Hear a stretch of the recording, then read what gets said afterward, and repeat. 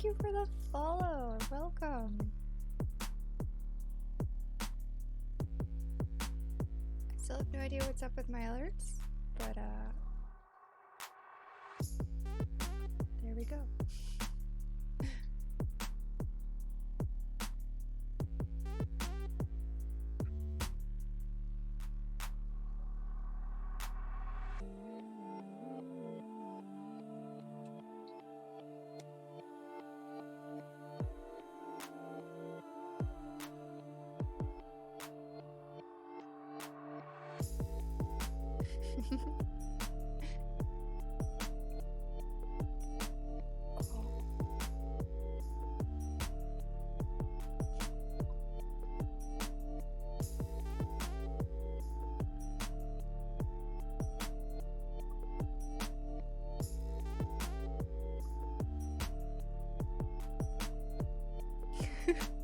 Hi, Christina.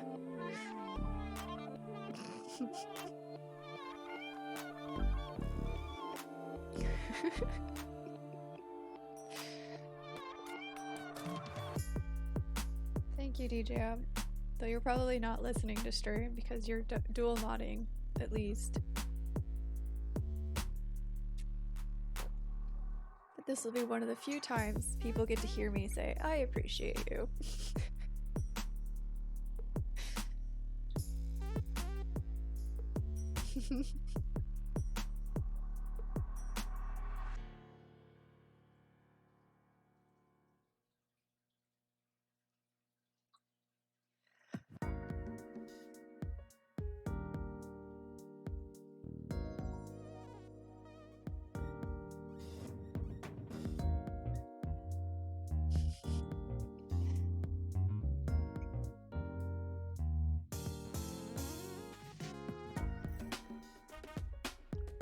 Celos, thank you for 2 months. Welcome. Hi, Feedy. Hi, Ginger. Hello, everybody.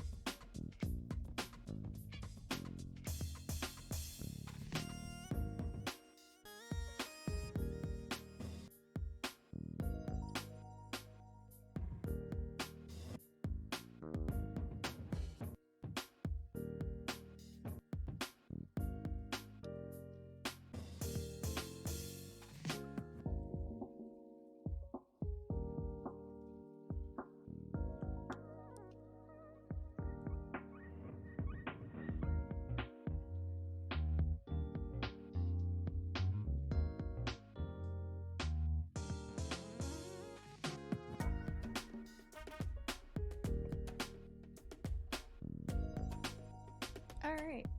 Wow, that went quick. I was doing something really fast. Okay. Hi, guys. Hi, welcome. Fingers are on autopilot. That's fair. Wow. Okay. This is... Hello. Welcome, everybody joining. This is the big charity stream day.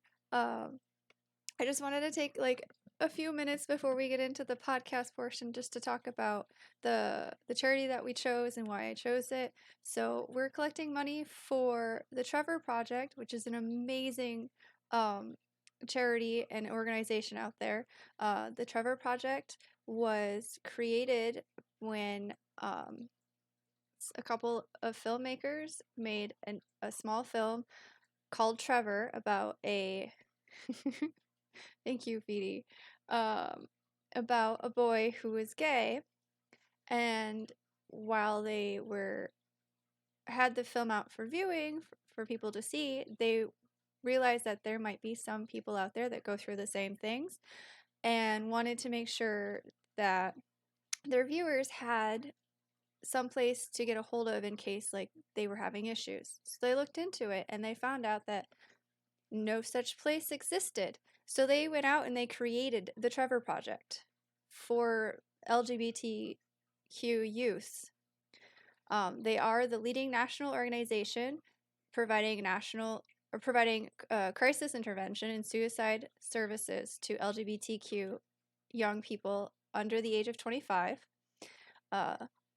Like I said, they were founded in 1998 by the creators of the Academy Award-winning short film Trevor. They are based in West Hollywood, California, but they have places spread out across the U.S.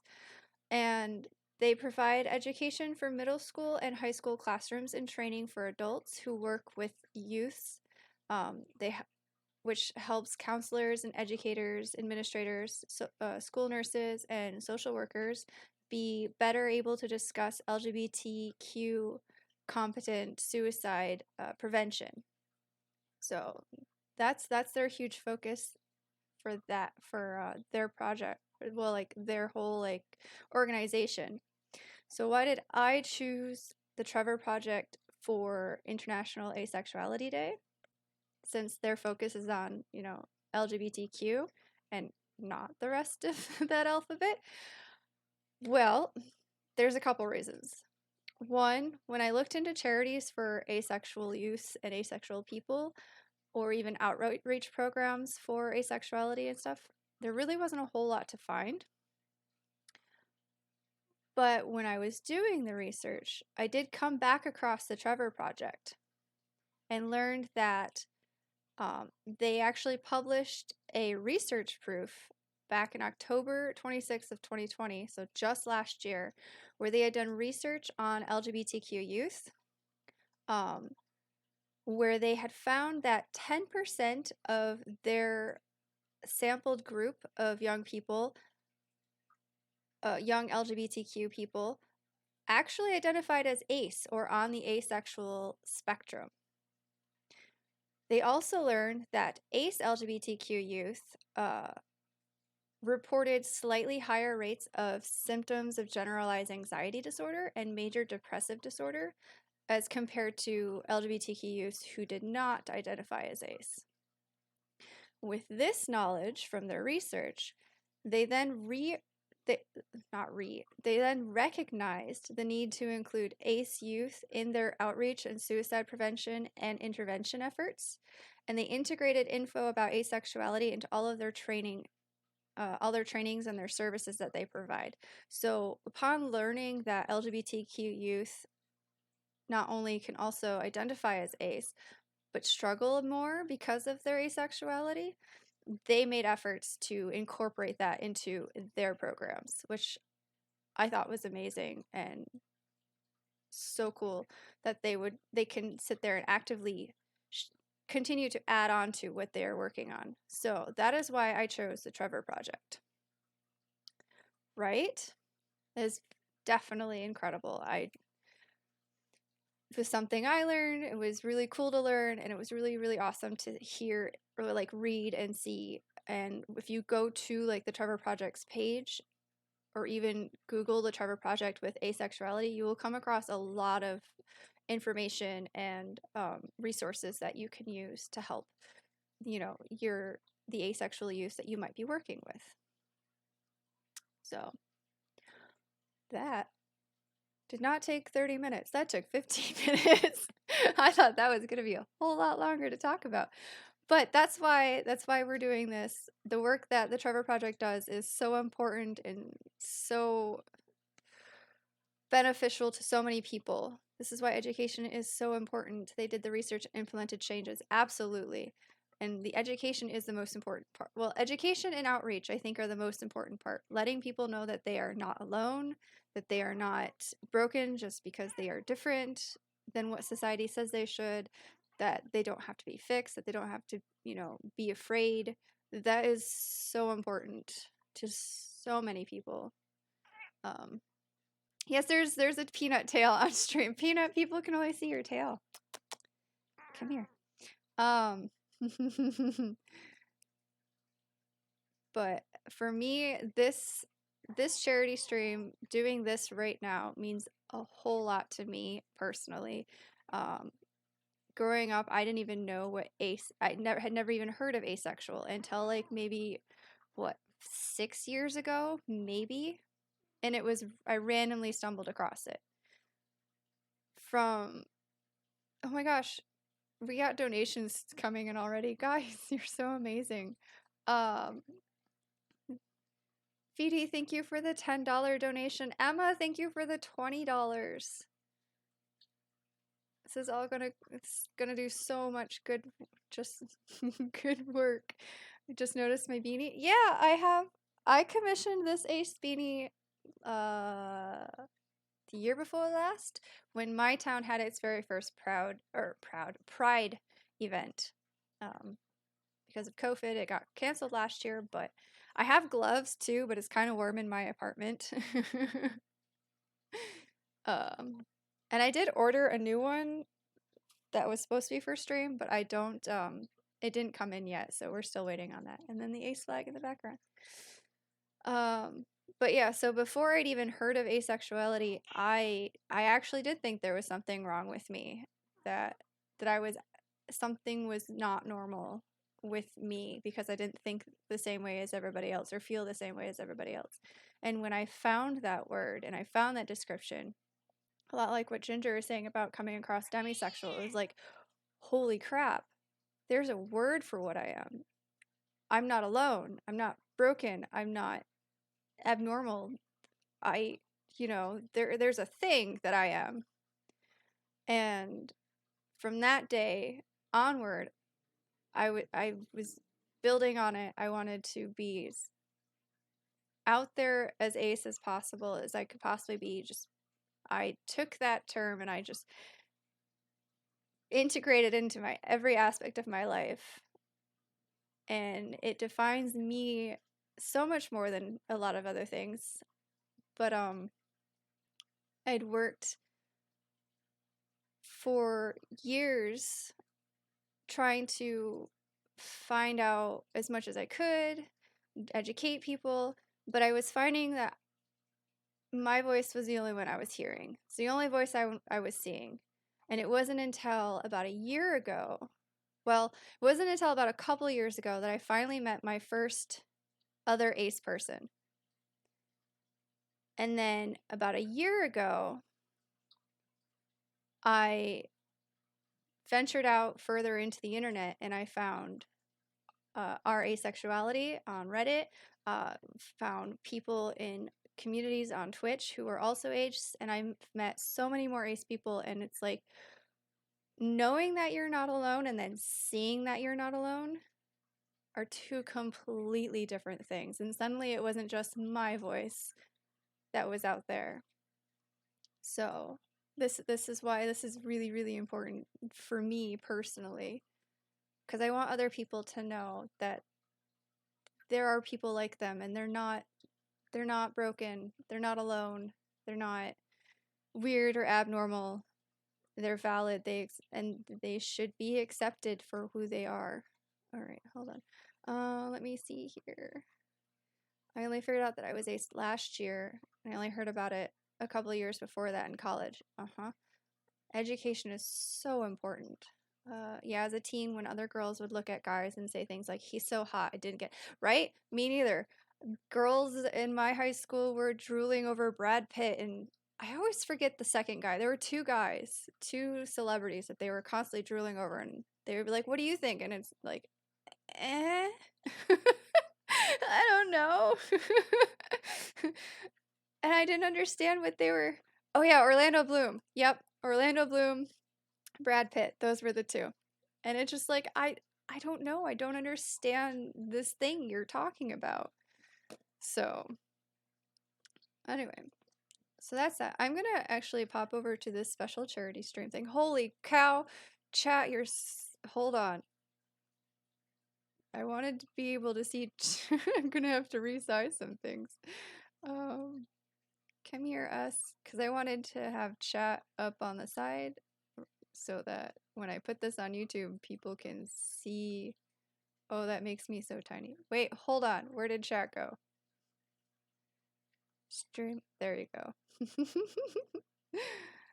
Alright, hold on. Nope, not the Trevor Project. Move. I knew I was going to have to do some of this on stream. Give me the Discord one. There we go. And then what can make me just a bit. There we go. Okay. Yeah, the whole thing of fawning over celebrities went over my head. Yeah, completely. We're going to turn this up. Save those changes. All right.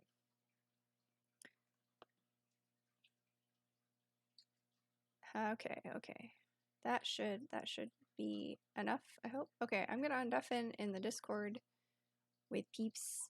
Join these peeps, wonderful peeps. All right. So joining me today for this podcast are some friends that I have made. There's Emma, who I have met through Brian / Gerbeagley's community. She's an amazing person. Hi. Absolutely love You're Emma. an amazing person. No, you're amazing. No, you. And then we have Phoenix / Flamebird, who I met in Wade's server in his community, who is also an amazing person. We do have a multi-link because Phoenix is streaming her perspective and plugging the plugging our charity link. You're right, Bray. We're all amazing. Everyone's amazing. Thank you, DJ. And then we also have super sweet Zana, or just Zana, who I also met through Wade's Discord and community, who is also an amazing person and one of our mods here. I am so super lucky to have been able to meet all of you guys. Hi, Peanut. Oh, she's getting some deep ear scritches and she's in heaven. All right. So, maybe first what we should do is introduce... I've introduced all of you, but maybe you introduce yourselves and talk about like where you identify on the asexual spectrum. Yeah, that sounds good. Okay, well, we'll just start at the top of the Discord link list here. On top. My name is Emma. I am a Gerb mod, a Gerbeagley mod, like Corey was saying. I fall on the asexual spectrum. I identify as asexual. It's definitely something that, as many of us have been saying in the chat, it's something that I found later in life, right when I first went to college. So it was something that I wasn't educated on until recently. But yeah, I fall under asexual. I also identify as non-binary, and I actually identify as an ace lesbian, so it's like homo-romantic with the split attraction model, as some people may know about. So yeah. All right. Is Phoenix... Actually, Phoenix is still muted. They might be doing some stuff. I think... Well, probably setting up stream. Probably finished. It's okay. We'll come back to Phoenix when she's ready. I'm Corey Usay, / Corey. As many of you know, this is my channel. I hope. Possibly. It could be. I think so. Actually, I think it belongs to my mods, but that's a whole nother matter. But anyway. Hi, DJ. I fall on the A spectrum. I am actually fall under the micro label of apothosexual or sex repulsed, which is a whole a whole thing over there. But micro labels are valid. So. Oh no, definitely valid. I just meant the whole like people don't understand sex repulsed as very well. Yeah, this was unfortunately true. Let's see. So with Emma, I mod with Brian, and that's how we've met. But yep, that's where I sit on this spectrum. All right, Zana. Hey. Hello, I'm Zana. I am one of Corey's mods, and I fall under the demisexual spectrum with asexuality, and I also also consider myself panromantic. I consider myself a very hopeless romantic. But and I'm also gender fluid. And Let's go. yeah, and I met Corey on Wade server, and now as one of the mods, I control the server with DJ. You control the server. That's true. Mods do control servers. Full control. All right. Phoenix, do you want to introduce yourself and where you fall on the asexual spectrum? I'll try. Okay. I'm Phoenix the Flameburb. I don't really know if there's a label that quite matches up with me. I think the closest is gray? Sexual? Maybe. I just know I'm definitely asexual, as in I don't have sexual urges. The rest is more complicated, as life normally is. So I'm perfectly fine with not having a specific label. So I just generally consider myself ace, maybe gray, panromantic. Which is completely valid. Not knowing, like, not having a micro label or knowing a micro label or exactly where you fall on the ace spectrum is still completely valid. You don't have to have everything figured out. And I think that's like one of the most important things to know, especially for young people who might be coming into this or people still learning about it. You don't have to have it all figured out. Yeah, that's why I like the label queer, because it like encompasses all these like different facets of my identity. And it's a mouthful to say that I'm a non-binary ace lesbian, so it's like queer just encompasses that very well. So I forgot to mention I am also gender fluid, and I generally typically use she her pronouns, but I also am fine with any and all. Valid. Definitely valid. And I think that's also an important thing to talk about as well, is that you're not just don't have to just be asexual. Like I only identify as asexual, but you can also be bi ace, lesbian ace, gay ace, pan ace, or anywhere gender fluid, non-binary, trans. You can identify as everything else and still be ace. And it's very important to realize that you're not just stuck to the one label. And you can also be asexual and aromantic, or asexual and well, you could be demi-romantic, but like for a lot of like, I don't want to say a lot because I don't know exactly the numbers, but for some asexuals, the sexual and the romantic portions are completely different. They're not the same. Yeah, I think that's something called the split attraction model, which is so interesting, and it's like it's so much bigger than I feel like we understand, just because it's something everything like gender, sexuality, and romantic attraction are all on a spectrum. So I feel like you can't. It's so much bigger than we think, you know. Yamanaka, I did not change that command. That's still from 4 days ago. We'll just call it stream delay, right? Maybe. Well, I made a today command for International Trans Day of Visibility. It's no longer an International Trans Day of Asexuality. DJM says they're on it. Oh, okay. I think DJM usually is on it. A legend. Well, DJM's a good mod. He waits for mod. He waits for mod. He waits for mod.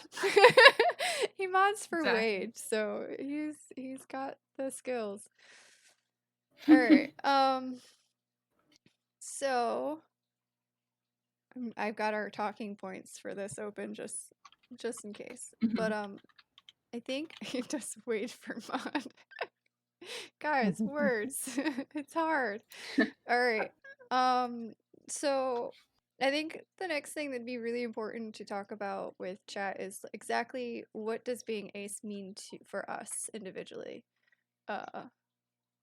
Don't worry about it, Yamanaka. That's on me. But like, what does having that label, that term, that just being asexual, what does that mean for you, and why is it like important to you? I mean, I'm gonna ask the hard giving questions. yeah, that's it's a deep one. I mean, giving some context to like my life. When I was growing up, like I never really was interested in any of that kind of stuff. So like finding the label when I reached college, I actually found out through my brother, who also identifies as asexual, which I feel like is something that's not as common. But I found out through him, and then I went to college and I found we have this like LGBTQIA plus like center at my college, and so going there and understanding more about these different identities in the world was huge, like a huge shift in everything in my worldview. And so I think the label it means a lot to me, but at the same time it's like something that was so freeing, so it just like opened the door to so many other things at the same time as being one thing in my life. Yeah, so it means a lot to me.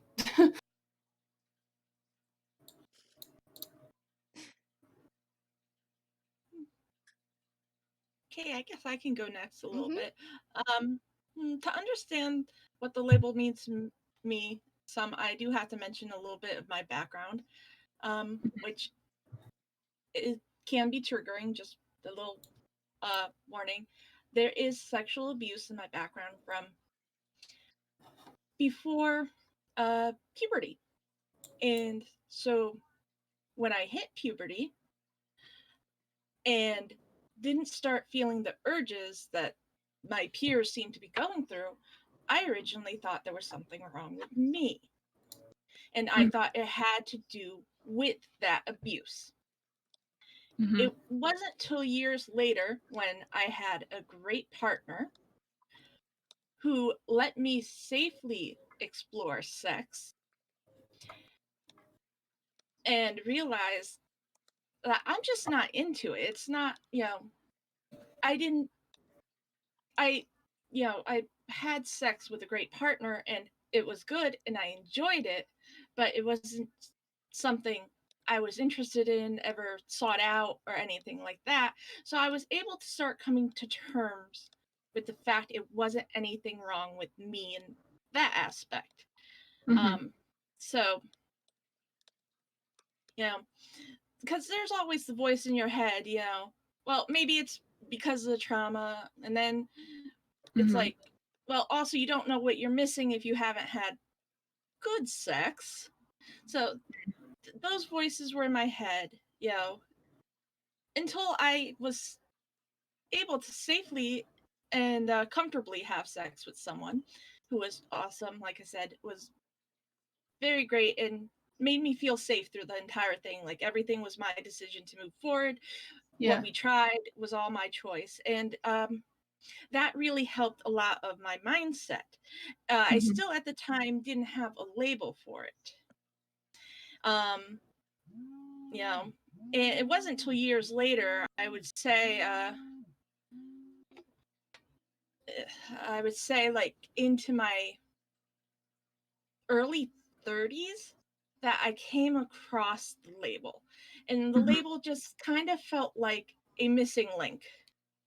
Like, okay, I knew there was something going on and I already come to accept it wasn't, a bad thing. I accepted myself and stuff, but I just didn't have a word for it. And I don't remember exactly where or when, but I eventually did come across on the internet the term asexual, and started talking with people and started to get to know more asexuals.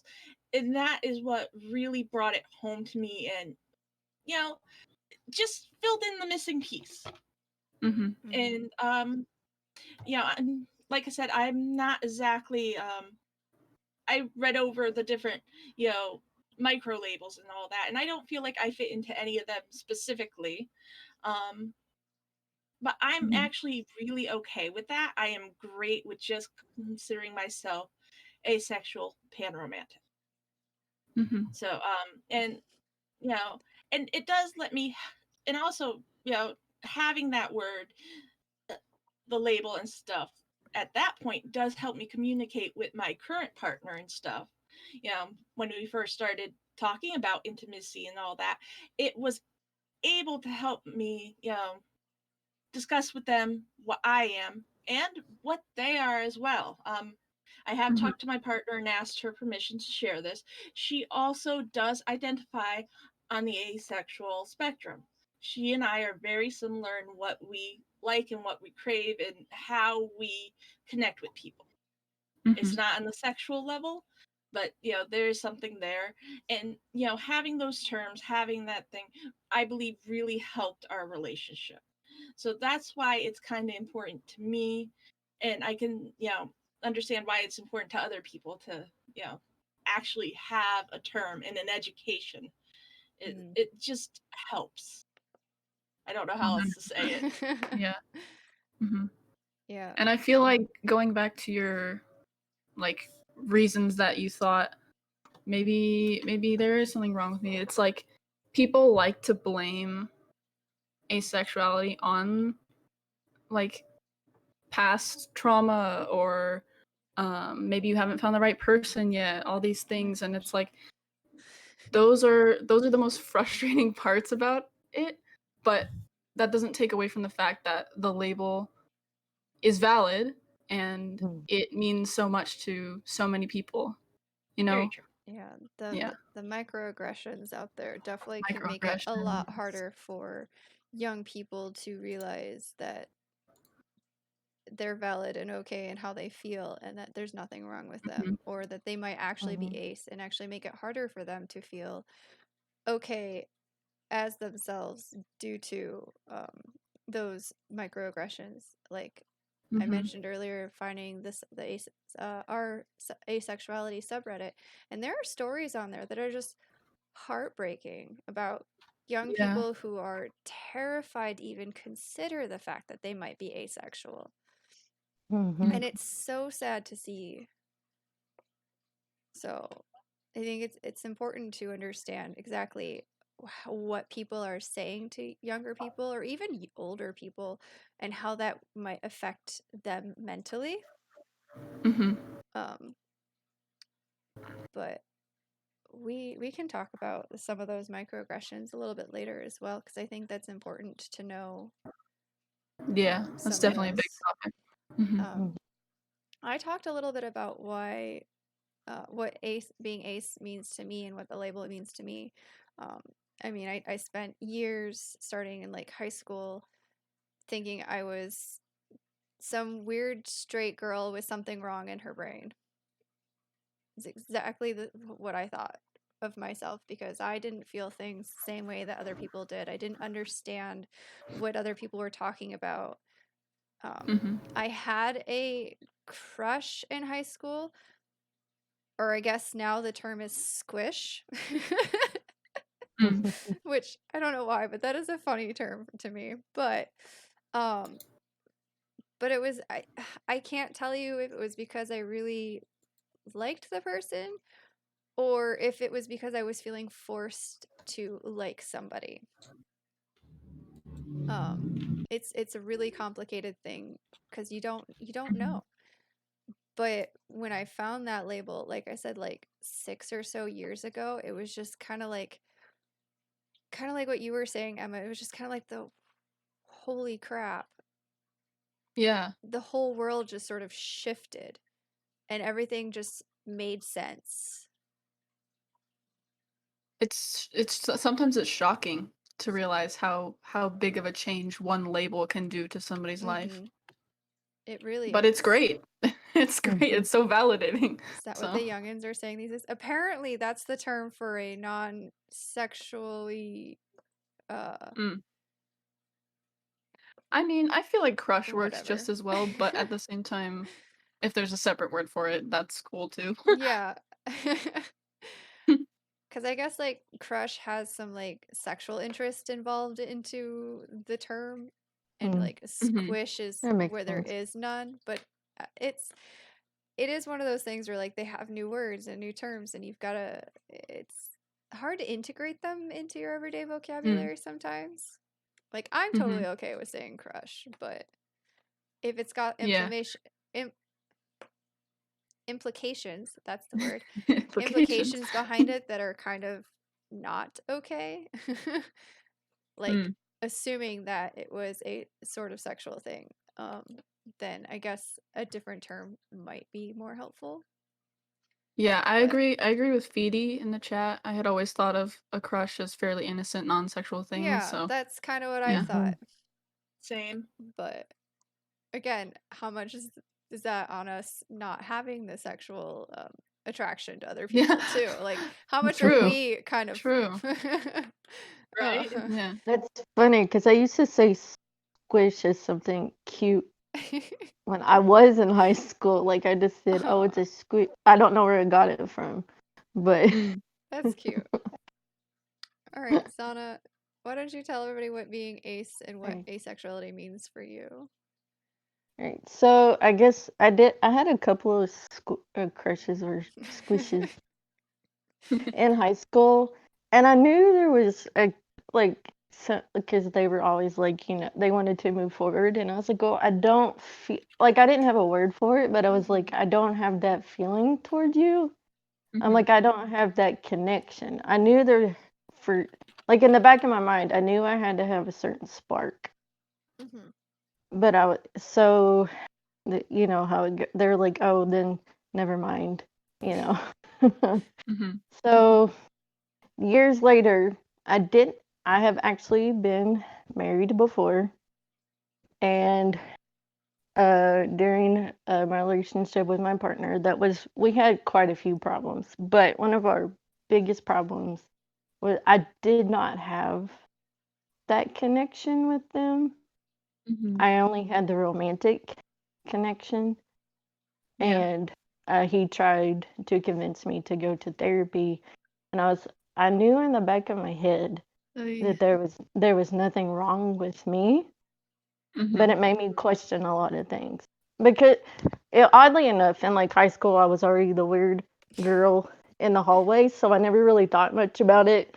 But as I got older, I noticed more people were like, well, when are you gonna have kids? When are you gonna do this and that?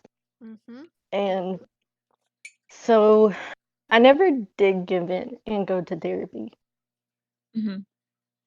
But now I'm with my other partner, and we talked a lot about it. And a lot of it, he kind of introduced me to the term demisexuality and sat down with me, and we were able to talk together about it.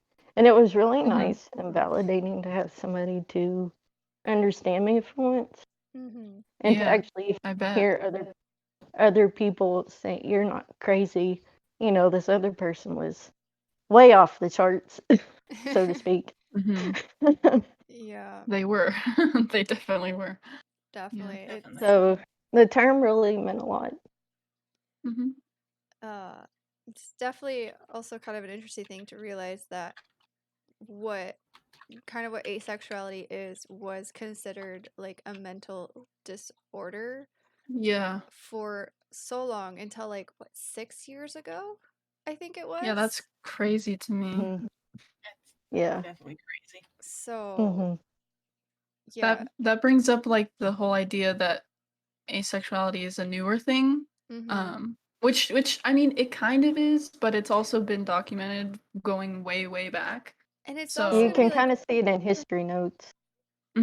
It's also going to be one of those things that's going to be hard to track, because when you live in a hypersexualized world where sex is considered the norm, or wanting sex is the norm, people aren't going to talk about not wanting sex or anything, or not Mm-hmm. feeling sex inclined. And it's just going to be one of those things that is kept secret and hidden, and going to be really Mm-hmm. hard to be able to track. But if it's now, it's not going to be a new just something that's going to crop up all of a sudden. It's been here for a while. We just weren't Mm-hmm. talking about it. Mm-hmm. So Yeah. And especially like with media representation and all that kind of stuff, like it's so one thing with when it comes to like sexual relationships. Luckily we're starting to branch out into more representation for like asexual identities, but it's still like 97% of stuff is yeah. like, oh, sex sells, so let's do this, let's Yeah. do that. Yep. And I mean, I guess that kind of goes into one of our other talking points about being ace in a hypersexualized world. Like, when you sit there and you just see it everywhere, it's in the books you read, it's in the movies you watch, it's in the music you listen Mhm. to. How many times do Yeah. you guys just sit there and you're listening to music, and one day you're just kind of like, God, I'm so sick of all these love songs. Well, for me personally, I'm pretty sex favorable. After going through like figuring out my identity, I've identified as asexual for about 2.5 years now. So for me it's I'm more okay with it than I think most asexual people are, which is fine. Like people can think how they want to think. Um so I don't necessarily like get bothered by it, but at the same time I'm frustrated because there are so many different ways to be asexual, and the identities that um are invalidated in a hypersexualized world are so important, and the fact that there's so much representation uh in this hypersexualized world on the opposite side of what we want to see, like it's very frustrating nonetheless, like even if I'm sex favorable, you know what I mean? Yeah. Yeah, and also, I'm also kind of okay with it because, well, I am ace. Here comes where I can't give a direct label. I'm Mm-hmm. very into the emotions and the headspace of sex. Mm-hmm. Like I enjoy a good porn and I enjoy a good smut story. They turn me on, but the idea of actually doing that with another person, not so much. So, being in a hypersexualized world for me isn't all that bad because I kind of enjoy it. And I'm okay with the jokes. I make the jokes myself and stuff. For me, it's all about the headspace of sex without the physical sex.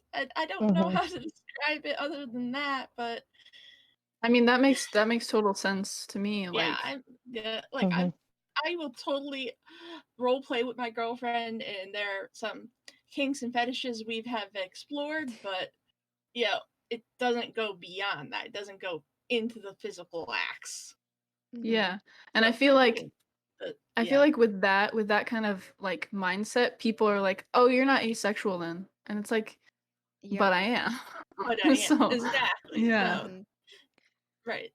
Like Ginger brought up in chat, interesting thing about the media too, of how like they tend to represent LGBTQIA people as like one-dimensional in one way. And I feel like a lot of the times when because we're starting to finally see some representation of asexuality in like the media, but a lot of the times it's characters who are shy and awkward and just, Right. and it's very one-sided and very flat and not as diverse as what asexuality really is. Yeah. And I feel like, like that comes with like tropes of certain characters, and because it's so easy to put things in a box and then portray them in that box.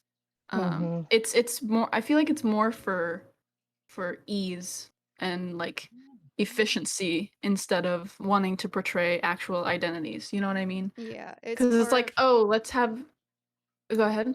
I was just saying it's gonna be more. It feels more like, hey, we did it. You have a Yeah. representation now. Look at us. We're Yeah. representing you, Yeah, and pretty we much. support you. But it's all like hmm performative kind of thing. Yeah, exactly. It's like, oh, we have to have the gay character, we have to have the ace character, we have to have Mm-hmm. even it goes intersectionally as well, like with the race, Yep. with like we have to have the black character, we have to have the Latino character, etc., etc. It's so frustrating because it is performative. They're just putting it there to have it instead of wanting it there to like explore it and also make it meaningful to a certain identity. It's Right. very frustrating. It really is. And like for an asexual person like me who's sex repulsed, like having just everything around you be about sex, it can be very like diminutive towards yourself. Like Yeah. you feel like Mhm. trapped and alone and isolated, and it's a weird headspace to be stuck in. Like I can sometimes hmm read, like the sex scenes in a book or watch movies with some sex scenes. I get kind of uncomfortable sometimes, but like I can do it. But when it's hmm everywhere, you just kind of there are moments where I just sort of want to shut myself into my house for a few months and just not do anything. Yeah. Oh Yeah. yeah. But like Yeah, that's very valid. you Yeah, also it is. but because like you see it everywhere. Like I said, it's not just it's movies, it's TV shows, it's books, it's the radio, it's billboards, it's video games, it's It's everywhere. walking down the Commercials. street. Yeah. Yeah. So Yeah, it's going to I work. It's everywhere. hmm so I did want to point out CF4 in the chat. Tokenism is almost worse than nothing at all sometimes, and that's so true. And also, Mhm. like they're ticking a box from Psycho Kid. mhm. Like, oh, It does it's feel And I've that way. and I've mhm. seen so many shows where they just kind of stick them in the corner. Like Yeah. they'll be like a support character, and they'll be like, okay, that's the person, or they'll be in Yeah. like one scene, or they build up the season the whole time, and then the person hmm ends up dying before the couple is actually in a relationship. Yeah, exactly. Like Also, I'm a film student, so I'm seeing like all these connections with the media, and I'm also now I'm a queer studies minor, so I've like smashed these two worlds together and getting to explore like exactly um what tropes are explored or what characters are made and why, and it's it's it's so I don't know. There's Mhm. so much that I could go into. But yeah. And I'm a lot like Phoenix, except like when like with me and my partner now, we do have that connection, so there's more freedom to explore more comfortably. Mhm. But I like the romantic part of it, like the songs and like the candlelight, the the trope of the candlelight dinner and like the stuff like that. That's why I say I'm a hopeless romantic. Like the walks on the beach and the, hmm you know, I'm all into that sort of thing. and hmm I'm with But you. I'm with you on that, Zana. Like, I feel like a hopeless romantic. Like, I love the romantic stuff. Like, I watch movies for those romantic connections. And I'm just like, I'm that person that when that moment happens, it kind of melts into a puddle. And I'm like, oh, that's Um, so cute. Yeah. that's how I am too. yeah, I love the But romance. Mm. But when it goes to like super hypersexualized, then it gets Mhm. like, what the heck? Please. yeah, Yeah. depending on the like stuff, it can get kind of muddy for me. But well, I can enjoy some of it, so I'm not hmm completely repulsed. There's some I do enjoy. Yeah. But sometimes it's just like, did you have to do that right after that sweet, sweet romantic scene? Right? Hi, Jenna. Thank you. But Jenna, a legend. Abs- Yeah. yeah. And again, it's where that diversity comes in, because like we've all talked about, some of us are okay with it, and some of us are okay with it on a greater scale than others, and some of us are just, we have a limit. Hmm. Yeah. Which I think is one of the most beautiful parts of being asexual, because it's so broad of a spectrum. And with any identity in general, Mhm. like just getting to be yourself and understanding what it is that you want in a relationship or in life. Like, for example, I don't know if you guys know about queer platonic relationships. Like, those are so beautiful to me, because it's like Oh there's yeah. so many different ways to love as well. Mhm. And I feel like it's so frustrating that we don't see that on, whether it be on the screen, in media in general. Like, there's just so many different ways to be a human being.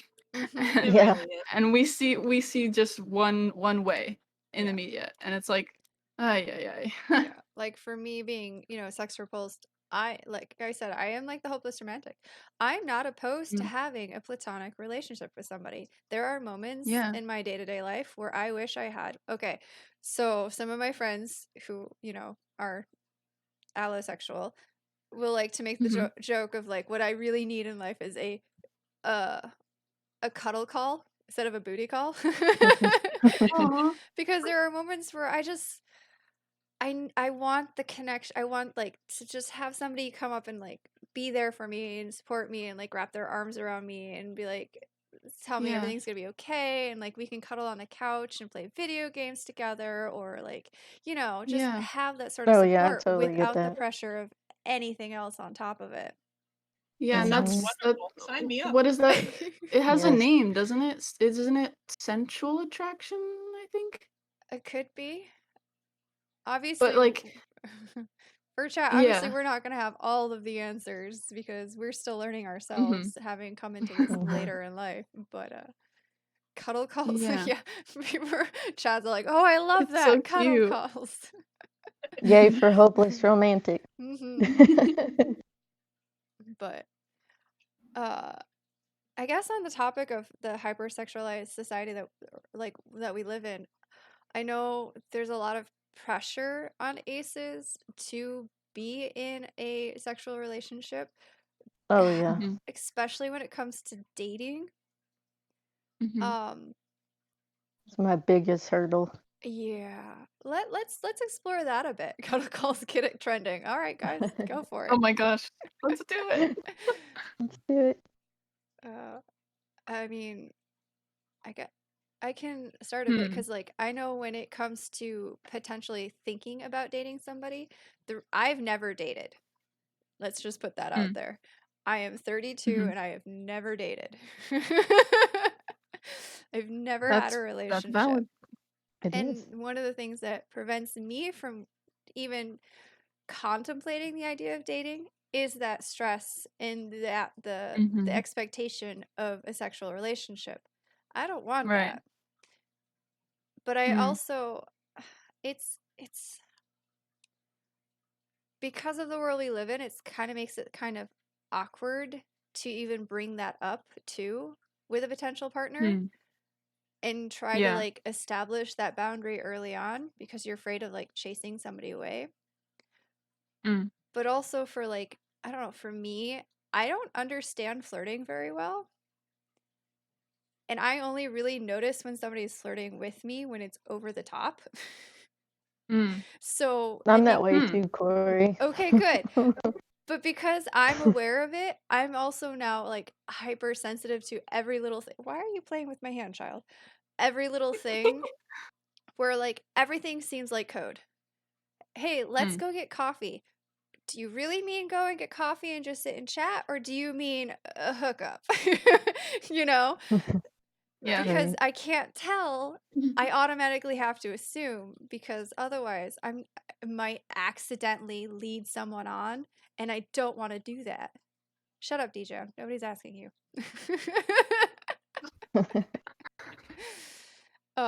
Hmm. So for me particularly, yes, I know getting coffee is actually code. That's why I chose it. Because it doesn't always have to be code, but a lot of times it is. Naive me would be like, sure, I'll go get a cup of coffee. Oh no, Jenna! Yeah, wait, is it? It has been. I don't know if it's still as popular, but I know like when I was coming from Huh. like high school out, it was definitely a thing in the media too, where like getting Oh. coffee was Hmm. code for like, hey, let's hook up kind of thing. But like Hmm. it because I'm hyper aware of the fact that I don't know when people are flirting, everything feels like flirting. Mm. Yeah. I think personally for me, it was more I knew I was asexual before I knew I was a lesbian. Mhm. And so in high school, it was always really aggressively my brain was really aggressively tuned into trying to flirt with guys Mhm. because like, oh, you have to have a boyfriend, you da da da. And so I would force myself into relationships that I didn't want to be in. And it was Sorry. with men too. No, you're good. Um, and once I realized that I was ace, that was the first step. And Mhm. then I still tried to put myself into a relationship with a guy, and he was super accepting of me being ace. He was like, I don't care. You're fine. Let's just exist how we exist." And I was like, "Great, that's perfect." And then I realized, "Oh, I'm not even attracted to him as a man because it's so it's so interesting finding out these different layers of your identity. Mhm. Mhm. But once I did, now I'm like, oh, I would want to flirt with a woman or somebody who's not a man. Cuz it's I don't know. It's so hard to explain because even though I have like figured this out, it's like still I don't know. I'm a little bit lost in my brain right now, but you know what I mean? Mhm. It's like you find out that for me, I found out that I was ace, and then I found out I was a lesbian, and realizing that was so freeing all in and of itself. And so, yeah, I I don't know. I think it's just like it's a constant journey because you're constantly going to be learning about Yeah. yourself and you're not always going to stay in the same state because you're growing. So I feel like Mhm. from what I am understanding of what you're talking about that that's part of kind of what that is that you're always going Mhm. to be shifting and changing and growing, Mhm. which also brings up like that whole idea of like people can come in and out of being asexual all the time. Someone can be Yeah. not asexual and then come back and realize they are asexual and then leave it again. And it doesn't Mhm. make them any less valid in the time that they identified as asexual because people Yeah. are constantly growing and changing. And that's why I like to think of it as like fluid almost Mhm. or like a spectrum where it's like you don't you don't have to force anything on yourself if you don't want to, but you don't have to be afraid of trying things either. Mhm. Um, but it's still I still feel comfortable with the label asexual, which is that I don't like feel sexual attraction towards people, Mhm. but it's not like it's something that I wouldn't discount. Yeah, I don't know. Finding out your identities, it's a honestly it's a fun journey Mhm. because it's like It I'm is. allowed to exist in myself and Mhm. understand what I want, and that's beautiful. That's great. And it's a So, very in the moment kind of thing. yes, 100%. Mhm. Mhm. All right. We were talking About dating. yeah, dating. Right. Dating and relationships. Mhm. So, Sana or Phoenix, if you have any more to add to this. Dating. Well, dating for me was interesting. I didn't actually start dating till later in life because of the previously mentioned trauma. I didn't Mhm. have a boyfriend or girlfriend or anybody till 20s at least. Yeah. And it was hard to put myself out there, especially with being stuck in my own headspace and wondering if something wrong. And at the time I was like, what if this person does want sex and I don't? And it was a lot for me to, eventually decide to put myself out there. I am still Mhm. not sure what triggered it, and I am very lucky that the first person I dated, who was a guy, was, very, very good. Because if it went wrong, honestly, I believe it would have pushed a lot of stuff back. Yeah. So, Oh yeah. a lot of what I discovered and all that. But no, I was lucky that it pretty much went right in the whole sexual field, and stuff. He was Mhm. very understanding, like I said, let me set the pace, let me learn and try things. And when I really discovered that I wasn't really into it, that was the end of it. He never really pushed or asked for anything again. I can't think of any times when he ever tried. So, Mhm. and I found myself that I didn't hate the sex so much that I never try and come up with the right word. Mhm.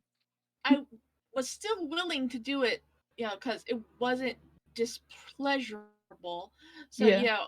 we still did things, except, it was on my terms when, I was like, okay, you know what?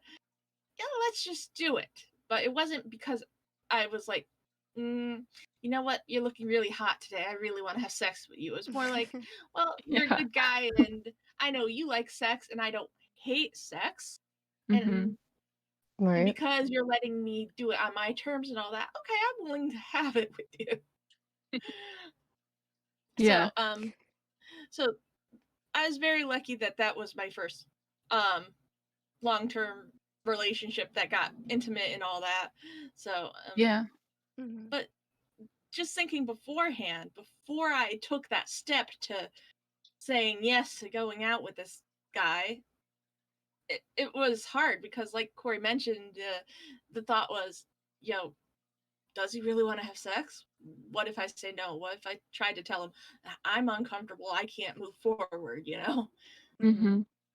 So there's a lot of that headspace in. So dating was very hard. I put off for a long time. I said, I honestly don't know what triggered me to say yes, but I'm kind of really happy I did. Mhm. But there was a lot of anxiety that Oh led yeah. up to dating for me. And Yeah. now I'm able to do it. I'm on partner number 3 now, and the next 2 came easier. I was able to talk with them and express things and come to good places because I had that. But like before getting that, I was a total wreck. And yeah, like Corey, I was questioning every word said. Is it an innuendo? Is it, Mhm. you know? So I get Yeah. how hard it is to date, Oh yeah. when you're not sure how the person will react. Mhm. It's very hard. So And I feel like you were saying that your relationship was it was very consensual, which you would hope would be with every relationship, but I feel like because not every like relationship is guaranteed that way, I feel like that's also a factor in why most Mhm. asexual people are afraid of dating, because it's like some people can take it really, really wrong yeah, when you say like, "Oh, I'm uncomfortable with this," which is super unfortunate because if everybody had a mutual respect for one another and like consent was taught everywhere, etc., then there would be no problems. But it's not, and that's not the case. So unfortunately, it's not. Yeah. yeah. Yeah. Hmm. Yeah. As I went through dating. It became more and more awkward each time because Yeah. I was like, oh, I just want to, hang out. Let's play video games, maybe snuggle on the couch or something. And then the other Mhm. person would talk, and there was always some kind of more to it. And I would try to Right. talk to them, I don't really feel that way towards you. And I would try to apologize. And Mhm. I dated a few times, trying it over and over. And then there was a while where I didn't really want to date anybody because I was just to the point where I was like, well, they're not really going to respect me. Mm. Mhm. And then, but I ended up dating the one partner, and one thing just led to another. And, but I learned, I guess, from the experience, I learned a lot about myself in those years that I Mhm. never really got to explore otherwise. And at the end of it, I was able to stand up for myself more, and I actually had more confidence in myself Hell yeah. because I was like, look, I am this way. You'll just have to deal with it because I had a lot of pressure from my family too because they're like, Mm. you got to get the house and the white picket fence and the family and Yeah. uh, gender was That's all another like huge thing. was always a sensitive subject because that's Mhm. something I first discovered. And it's something my family always kind of put in a little box and pretended it never happened. When I, and so I just kind of pretended to be somebody completely different for a very long time. But so once that relationship ended, I just fully just came out and this is who I was. And I was like, I'm going to try one more time dating after a Mm. while of leaving that partnership. And it turned out to be a really good thing. And now I'm more open about who I am. Mhm. And I love that. yeah, I love that you've come to that place. I feel like it's so hard to come to that place at sometimes, in some yeah, cases. But you did it and you made it, and I'm proud of you. thank you. Because I know for some that situation could have gone either way. I could have either went Mhm. into this huge shell where I never talked to anybody ever again, or I Yeah. could have came out the way I did. Mhm. Um, no, I'm really proud of myself. You You should be. should be. Hell Exactly. yeah. You should totally be proud of Thank you. yourself. Yep. Legendary. uh, kind of still on the same topic. I know, like, for me, being in Mhm. like everyday situations, even there'll be moments where my brain will sit there and be like, especially like, because I don't really go anywhere except for work and home and school Mhm. sometimes. But there'll be times when I'm like either at work or I'm in like wandering between classrooms and like I'll kind of just have this random thought cross my mind of like, are they like looking at me in like, you know, kind of, that way, like a sexualized way? And all of a sudden, like Mhm. all the confidence that I have in myself just sort of like melts away, and all of a sudden I'm nervous and I'm anxious and I just kind of Oh want to yeah. get away. And like if there are people behind me, I'm super hyper aware of it and I don't want them behind me at all. Mhm. And it's Yeah. and I think again it's that whole like knowing that we live in an overly or a hypersexualized society, knowing that Mm-hmm. Mhm. people are definitely going to be checking you out like that. And for someone like Mm, me who's sex repulsed, it's very uncomfortable. Mhm. And my Mhm. brain just whenever it randomly brings it up in my head becomes very uh, just hyper aware of everything. And it's a very weird space to live in sometimes. Yeah. Yeah. I no, I mean, get that. growing up, I like in high school and stuff, I did like an activity called color guard. And so I'm kind of used to being looked at, I guess. It's a little different, obviously, because when you're in color guard, you're just doing it to perform for an audience. Mm-hmm. But I'm used to having like a lot of eyes on me. But when it's in that way, it's definitely very uncomfortable. And I feel like that's Oh yeah. just when it's like strangers, especially, it's like, Yeah. what is happening? Yeah. C4, thank you so much for the $20 donation 17 minutes ago. I don't have like sound alerts for Let's Tiltify, go. so I can't hear it, but I Mhm. appreciate it so much. We are at We're so close. $460. We're like Yay. $40 away from me having to eat wasabi sauce. Yeah. I, And then continue the conversation. Oh my gosh. Yeah. Yep. Or will As you do if it at the I'm end? not dying. No, I'll do it right when we as soon as I Oh. realize Oh we my hit it. oh, poor Corey. We'll Oh, just boy. keep I- going.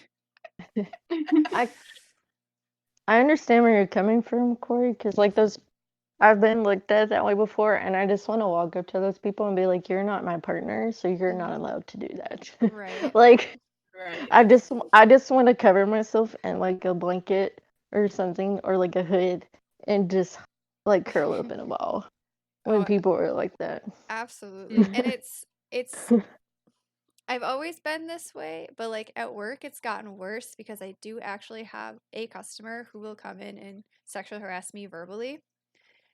Oh no. And so Wow. like just knowing that he could be around at every corner makes it a whole lot worse. So my brain is constantly thinking about it more often than normal. So like it's it's You gonna be know, one of an those things I'm gonna have interesting to work through. yeah. An interesting thing about that, I feel like, is as asexual people, we don't like for me, I see those kinds of stories and like those kinds of harassers as like, how could you ever think in your right mind that that's okay to do? Mm-hmm. And Oh no. I'm curious if that's like because we don't experience sexual attraction, we don't do those kinds of things? Or is it like, do you know what I mean? Yeah. Like, Yeah. it just doesn't click in my brain that somebody would do that to somebody else. And I Yeah. don't know if that's because I'm ace or if that's just because, like, common sense or something. It's like, But where are your boundaries? yeah. Right. And I Right. think for a lot of people who aren't even on the A spectrum, it's a kind of one of those things where it's hard to understand that perspective anyway. And I don't Yeah, know if that's it's Mhm. true. because That's of true. like how someone was raised, how society was at the time, like Mm-hmm. cuz Mm-hmm. I don't know about I don't know how true this is, but it always seems to feel like it's the older people. Mm. you know. Yeah. I mean, Yeah, it yeah, does. sometimes it's the younger guys and you kind of like they're young, whatever kind of thing, but when it's Yeah. like the older guys doing it to younger women, it's like That is very much Creepy. a generational thing for the right. Mm-hmm. older guys, and it's very unfortunate because of how their lifestyle was. Because it wasn't like the old office the behavior that never got touched upon until recent years. Yeah. So they're still learning those boundaries, which Mhm. is really unfortunate. Yeah. And it's one of those journeys that's going to be a hard thing, as probably especially for ace women because Hmm. we have to fight Mm-hmm. a little bit extra hard for it than I think allo women would have to. Because like Mm-hmm. you've got it's two separate fronts there. Yeah, it's all women's rights and everything, but like for us it's a different perspective even than allo women would see it. Yeah, it's Hmm. harassment, yeah, it's gross, yeah, it's that, but for like us it has a different connotation even. Yeah, it's two Mm-hmm. separate boundary lines that they're Mhm. crossing instead of just one Yeah. for us. Mm-hmm. Hmm. Mm-hmm. And it's unfortunate because usually those kinds of people are ignorant and they don't want to learn. And when education is one of the best like combating forces against these kinds of Mhm. things, it just goes in one ear and out the other. And boy, is it frustrating. Oh yeah, it is. And then like how they like to play it off as like, oh my gosh, you can't take a joke, or it was a compliment, and you're like, no, it's not. Ugh. But you can't get them to see Mhm. that. Nope. So, but Those are the worst Oh, it kinds of makes my things to hear too. Yeah. oh yeah. Mhm. Makes my skin crawl. Oh my Mhm. gosh, It does. yes. Mm-hmm. Mm-hmm. Let's see. Hold on. I'm suddenly realizing how many of our talking points that I had in the Discord all like fit together, and we've already talked about them all at once. Let's see here. I don't know. What about any coming out stories? Do we have any coming out stories among us? Might have to think on that. Well, But I could tell mine, but mine's pretty boring because I was lucky. Yeah, I think mine is too, but I mean, I was raised in a household where I wasn't told I'd be accepted. I was shown I would be accepted. My parents had friends who were everything under the book, and we had weekend barbecues, and people from all different backgrounds, sexual orientations were over, and they were accepted like everybody else. So my Oh, that's coming out awesome. story was, yeah, basically when told my parents about my first relationship with a guy, my mom's reaction was, "How'd you meet? What you guys have in common?" My dad's reaction is, "He an axe murderer." Just my dad's personality. And then when I eventually started dating a girl, I told them, and my mom had the same reaction. How you guys meet? How you what you have in common? Stuff like that. And my dad was like, "Is she an axe murderer?" No, Dad. So that's pretty much how it was. I never officially came out and said, "Hey, I'm pan. I'm into, you know, different people." I just told my parents this is who I'm dating and used the correct pronouns for them. And my parents picked up on the pronouns and used them as well. And so, um, I'm very fortunate in that. I know I'm very fortunate. So I never actually had to come out. yeah, I Yeah. don't think I ever actually quote unquote came out. Like I said, I ran across that term, and all of a sudden it was just like everywhere. I didn't like just do like the post of like, hey, I'm coming out, guys, I'm asexual, please support me, this is who I am, blah blah blah. It was just like bam, nothing has changed, because technically nothing had changed except Yeah. everything had changed, but I was Right. still the same person. And then it was just like ace flag as my Facebook banner, ace stuff all over my icon, ace propaganda all over my feed. And that was what it was. Like right off the bat, there was no coming out. It was just, here you go, this is me. I love that. That's kind of how I've lived my life as under that asexual banner ever since. It's just been like, oh, here's an ace related thing, share.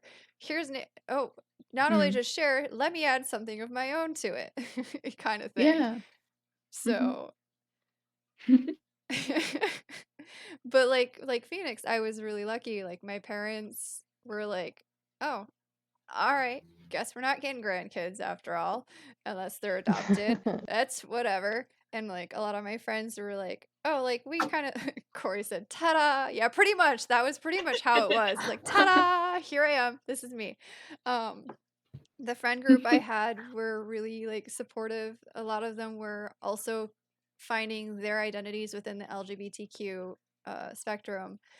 And then when I moved to where I am now, it was super lucky because we didn't have an established LGBTQ like community. And so when that was established, like I knew one of the people who headed it, who did all like the organization stuff for it, who helped put together the Pride organization or the Pride event, who was working hand in hand with like the whoever runs the mayor, I guess, the local government. And like because I knew them and they knew about me, I feel like, and they were accepting that made the LGBTQ community in our area a lot more open and accepting as well. Whereas a lot of people don't, unfortunately, have that, especially aces who are running into the issues of you're not LGBTQ, you're not part of this, you don't have like, they don't have the community support that some of us are more lucky to have. But Yeah. I unfortunately never had any of that support until recently, I guess. My family never said they would like outright reject me, but like I said, gender was always one of the things I struggled with when I was younger, and they just kind of, well, it was a phase, and that I would eventually grow out of it because I always dressed more masculine, and by the time I was 16 or my teenage years, they'd be like, "Oh, well, now it's time to completely change your wardrobe," kind of thing. It's time to quit being a child.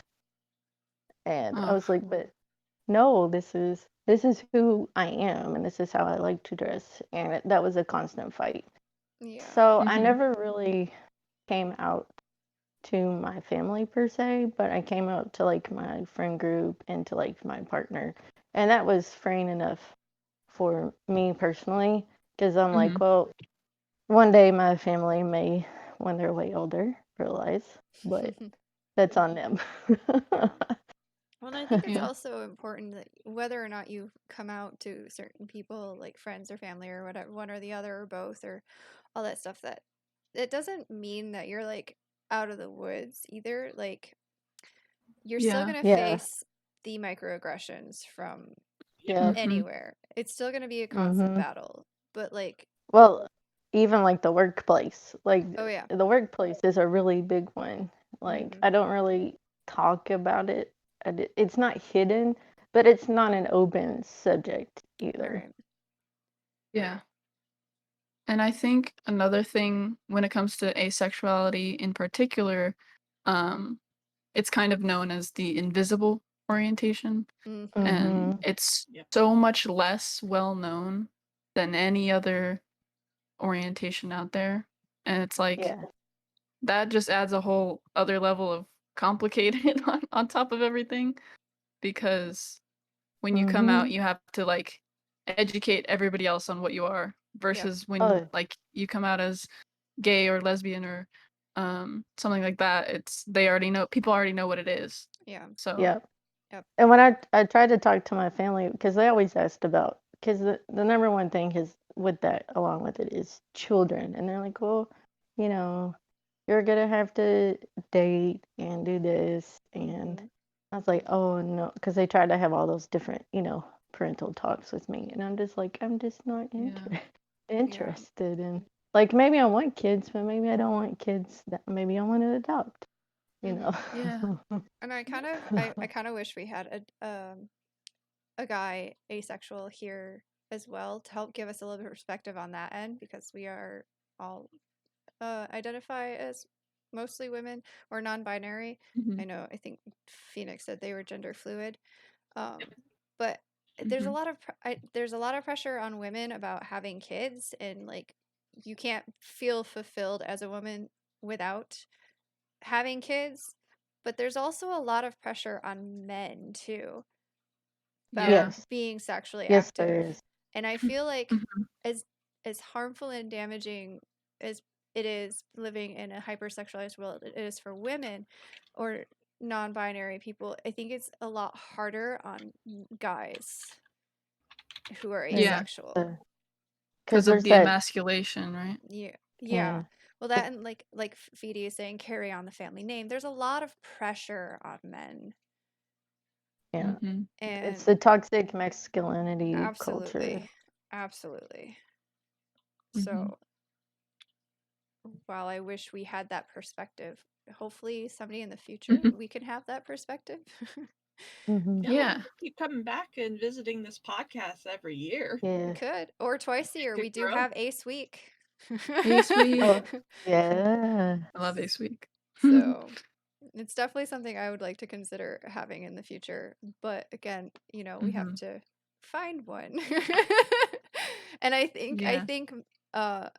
as invisible, like Emma was saying, as invisible as asexuality is as an identity, um it's probably even more invisible as an asexual man.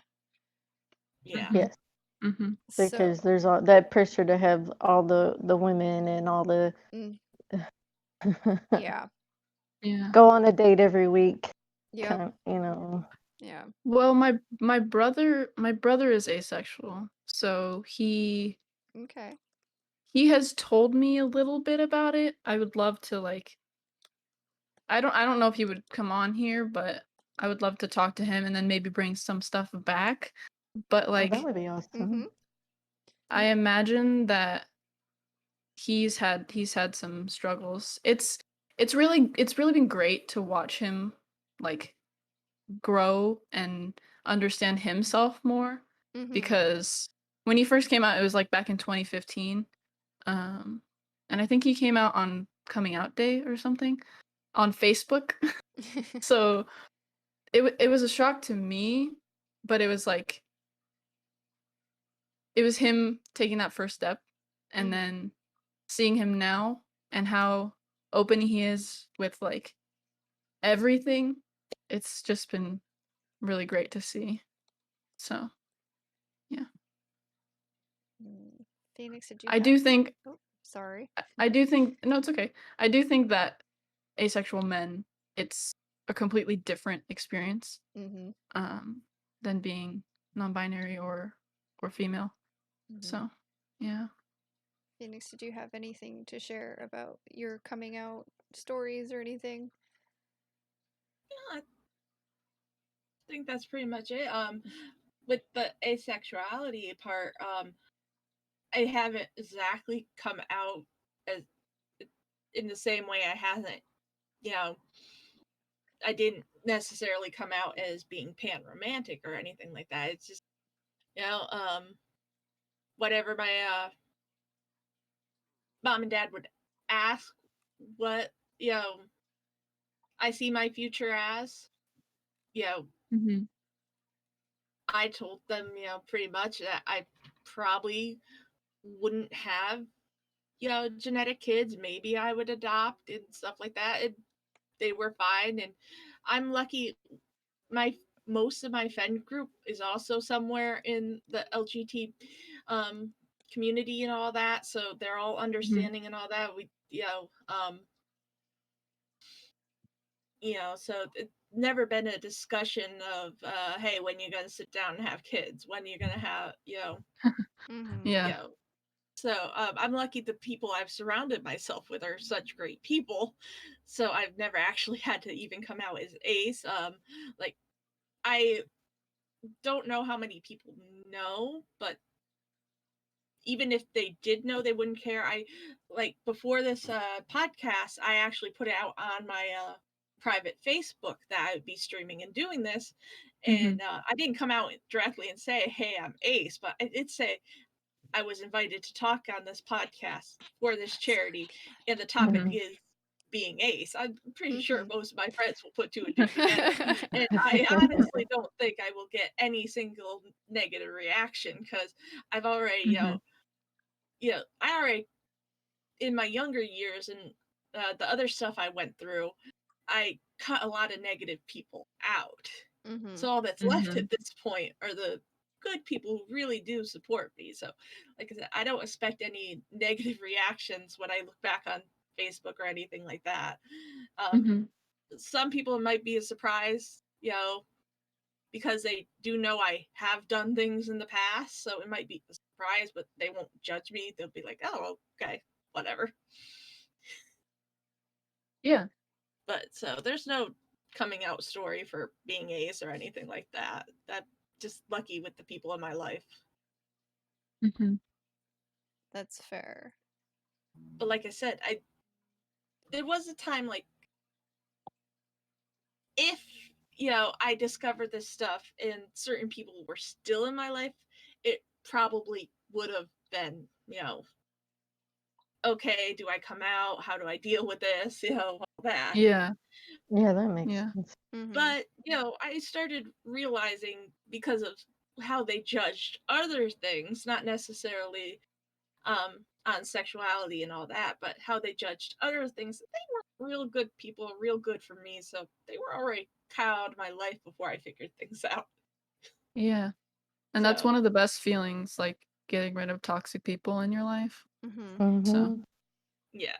mhm. Yeah. I mean, it's still hard. There's still one or two that pops up that I used to be close with and stuff like that. Yeah.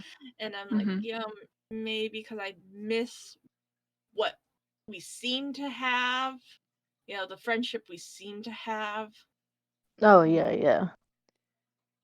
But Yeah. then I think back and I realize, that was pretty much an illusion and that's not how things really were. So, letting them back in doesn't mean I'll get what it was, because it wasn't Mhm. really that. Right. So, but yeah, like I said, I really don't have much to coming out with because, I think a lot of it has to do with the fact that my self-discovery journey, happened later in life.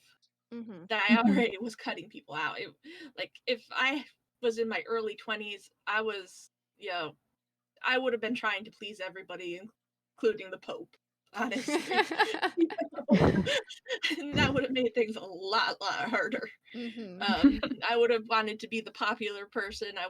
Would have wanted everybody to like me and worried about all that. But now, I think definitely being mature and stuff helped with knowing that I'd be accepted. Yeah. I think for me it's kind of similar with like the identities that I identified with after I identified with asexual, because I came out as ace first, and then I came out as a lesbian, and then I came out as non-binary. So with being non-binary, with being non-binary and romantic, those were less like broadcasted to the world, but with asexual, I came out on Instagram. I posted this like huge thing. Um, Mhm. but it's also interesting because my brother came out before me, so that's another thing that I had to consider. So technically, coming out to the family was easier because he was out first before me. So that's Mhm. an interesting thing. Um, but I was also in a very good place, support wise. So that was definitely nice. Yeah. Yeah.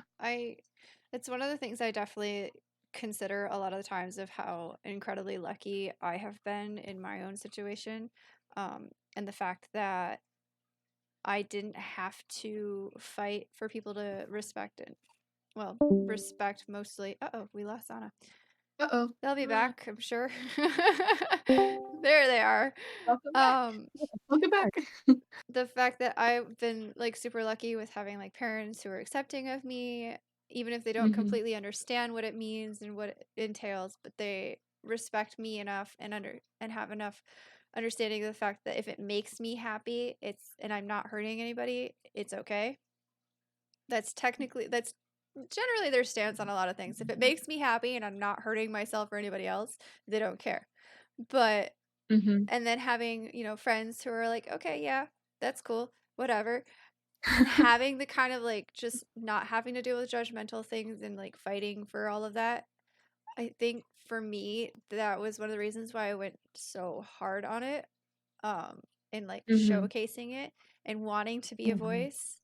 Because I know and I've learned more that so many people out there don't have that kind of thing and have that kind of support. And it's really, really sad to see. When I did start actually streaming on YouTube, or not YouTube, on Twitch. We're on twitch.tv, guys. Did you know that? No. Oh no. Hello, twitch.tv. Hello. Hello. But when I started thinking about streaming, I was actually going to do a YouTube channel with the one friend I had who was ace. But that's a whole nother complicated thing. We're not friends anymore. But Oh. it's fine. It's a good thing. But But when we Mm. first started talking about it and contemplating that, I wanted to be very um be very like outwardly apparent about it, like being come on, what's the word? Proud? Well, I'm just proud. I wanted to just Advocate? wanted to make sure that people knew where I was, you know, Mm-hmm. not Yeah. Mhm. and just be open about it. And so when I actually started streaming on Twitch by myself, that was kind of like the whole thing behind the Twitch channel as well, as I wanted to be open about it. So all of the descriptions on all of my social medias include asexual. It's in the Mhm. description for the channel that I am asexual. Because transparent. Yes, thank you, Strange Feedy. Ah, Ah. there I you go. wanted people to know that I was ace so that other aces could see somebody out there doing things like this visibly Mm-hmm. Visible, yeah. and Mm-hmm. know that it's fine. Like they can be the same way. They can be visible. They're not alone, and if they're not in a situation where they have the support that they need, that they can have a Mhm. place where they still can belong, you know.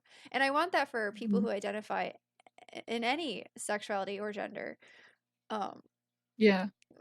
because it's really important for anybody out there to be able to feel like you are seen, you are valid, you are accepted, you have a place to belong, you have a sense of community. And so Mm-hmm. I wanted my channel to be that for people. But because I was ace, that was going to be most my focus, because I can speak from that. Right. Yeah. Mhm. And I feel like just existing, like in any identity, in any situation, like you putting yourself out there like that, automatically like is activism in its own way. Mm-hmm. Yeah, it's a big. Because it shows other people, like it's like representation in media pretty much, because you're putting yourself out there in your truest form, and that's amazing. Mhm. It's a big confidence booster. Mm-hmm. Yeah. 100%. Yeah. Let your ace shine bright so other ace people can find you. That is exactly right. And Like a beacon. yeah, Mhm. so It's like if she can do that, then I can do that too. mm-hmm. Yeah. And And like that's one of the reasons I agreed to come on this, is to help make that light brighter. Me too. Mm-hmm. and like I realize that I'm not the only content creator out there that's asexual. Oh my gosh, there's a poll. Thanks, Aw, DJ. I'm voting for Ace. Me too. Yeah. um oh yeah, so like I realize I'm not the only content creator out there who is asexual, who will be transparent about asexual or their Mm-hmm. asexuality, but I feel like again, like Emma was saying, it's kind of feels like a quiet, invisible sort of sexuality out there. There's It is. not really a whole lot on it. When I found the subreddit, that was one of those moments where I was like, I already had known that I wasn't alone, but there's like, as I stated before, there's a difference between knowing and then seeing it. Yeah. Oh yeah. And like Mm-hmm. today was another moment where I actually scrolled through the hashtag International Ace Day / International Asexuality Day and was reading all these things of support, Man. people Yeah. who were celebrating being ace and talking about being ace and spreading the education, and just reading through all of that, I started to cry. Yeah, it made me emotional too. Because it's, again, Mhm. it's one of those things where you can know something intellectually, but when you actually see it and experience it, it's a whole nother thing. And I feel Yeah. like we don't have enough of that. Mm-hmm. Exactly.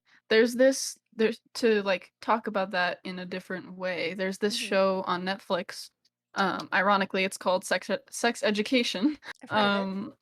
But there's this one ace character on the show, and obviously there are some like stereotypes with it, but it was represented in such a positive way, and I had never seen that before, and watching that unfold in front of me on Netflix in a show that is actually pretty popular, it like threw me off, and I was like, what? I've never seen this before. Mhm. It was a big deal. So Yeah, and I Yeah. think that's also the difference between having a character who you know from day one is asexual. Again, I haven't seen it, I've heard of Mhm. it, but then also like having that known from the beginning, having the creators tell you from the beginning, having the signs there Mhm. that this person is asexual is a lot better, even if it's following a trope, than having people go, oh, this character seems ace. Or Yeah. we Oh yeah, decided later on 'cause this character is ace because they don't, and it's not, there's Yeah. nothing in the media of that story that specifically tells the people watching or reading that can connect that to asexuality. Yeah. it feels like they just kind of put a sticky note on the script and say, okay, this person never did anything this way, so they are the ace character. Or like hindsight of Yeah. like, oh, this character never did any like had any sexual relationships. They must be Yeah. ace, and that's Yeah. Mhm. not how that really works.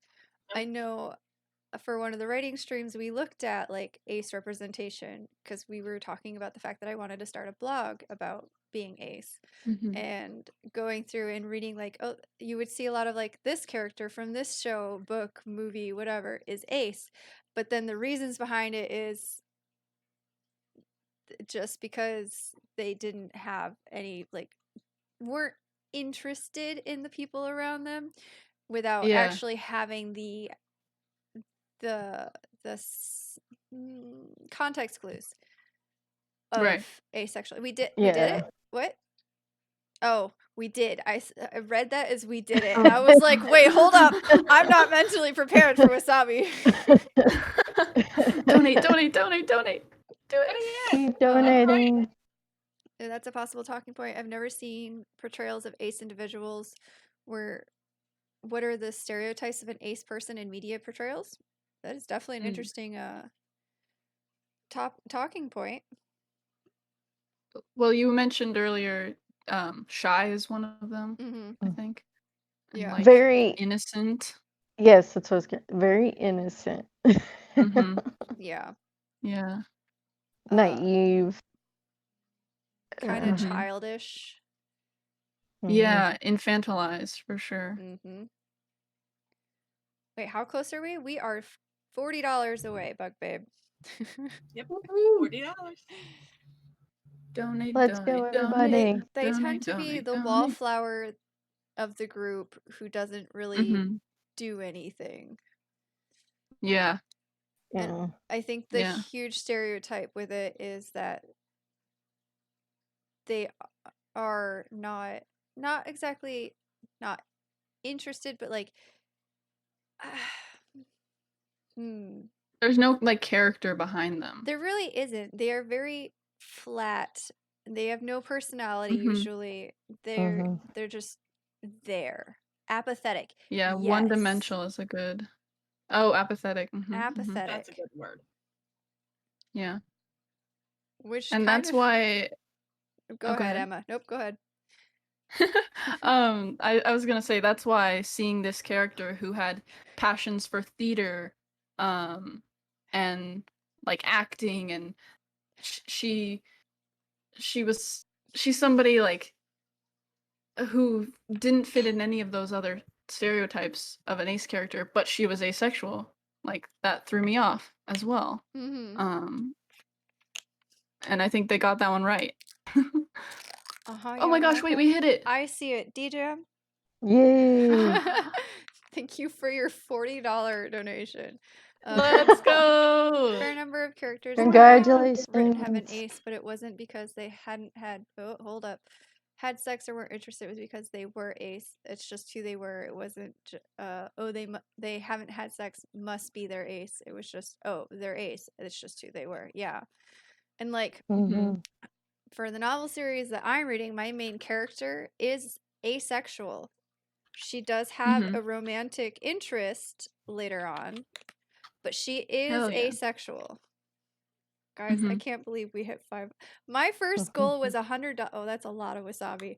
Was $100 because I did not think my little. That's a ton. It doesn't look Wait, like you a should ton. tweet this That's out. a ton. Oh yeah. Hold on. Tweet it out. Twitter. I have. Nope, that's Discord. I have Twitter open.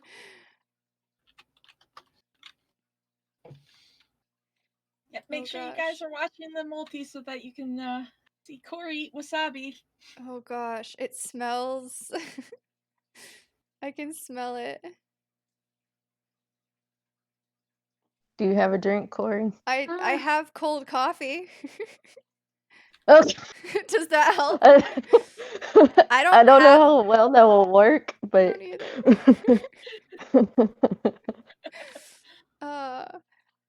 you might want milk or water. I don't have milk because my store that I work in was out of the milk I buy still. Water I don't drink usually because I can't actually tolerate it most of the time.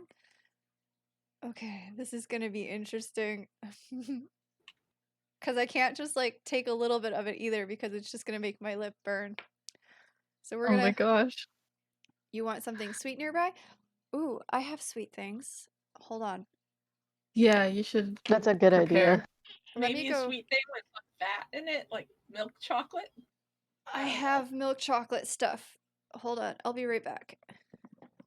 Heck yeah. Ooh. Oh, I'm nervous Pretty for high. I am too.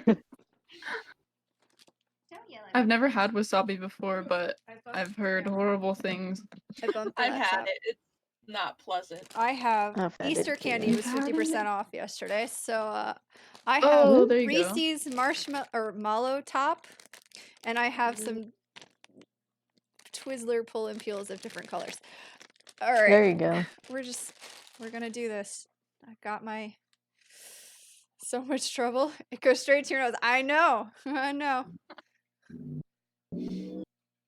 What, DJ Fubber? Oh, I'm so nervous for you. What? All right, we're just gonna do it. You got this. We believe in you. Oh God. Oh no. All right. Well.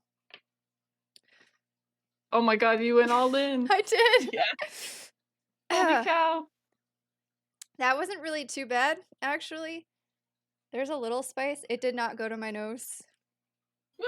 But it could be just because I tossed it all the way to like the back of my throat and didn't let it sit on my tongue. That's fair. cheating. That's cheating? That's kind of a strat. All right, fine. If that's cheating, we'll redo it. Well, I don't know. Are you sure? I do. You don't gotta do it again. I think it's fine. I think you have the strategy and you played the game, man. Yeah. I was expecting a bigger reaction. Chat seems to have wanted something more here. I should have just the gone entertainment value.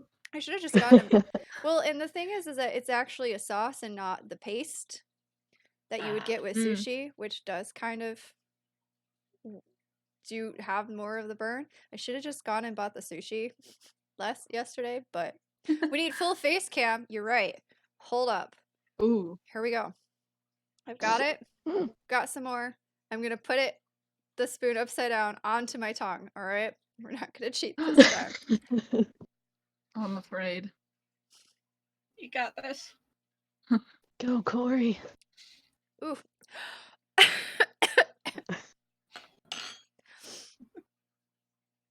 Uh-oh. Whew.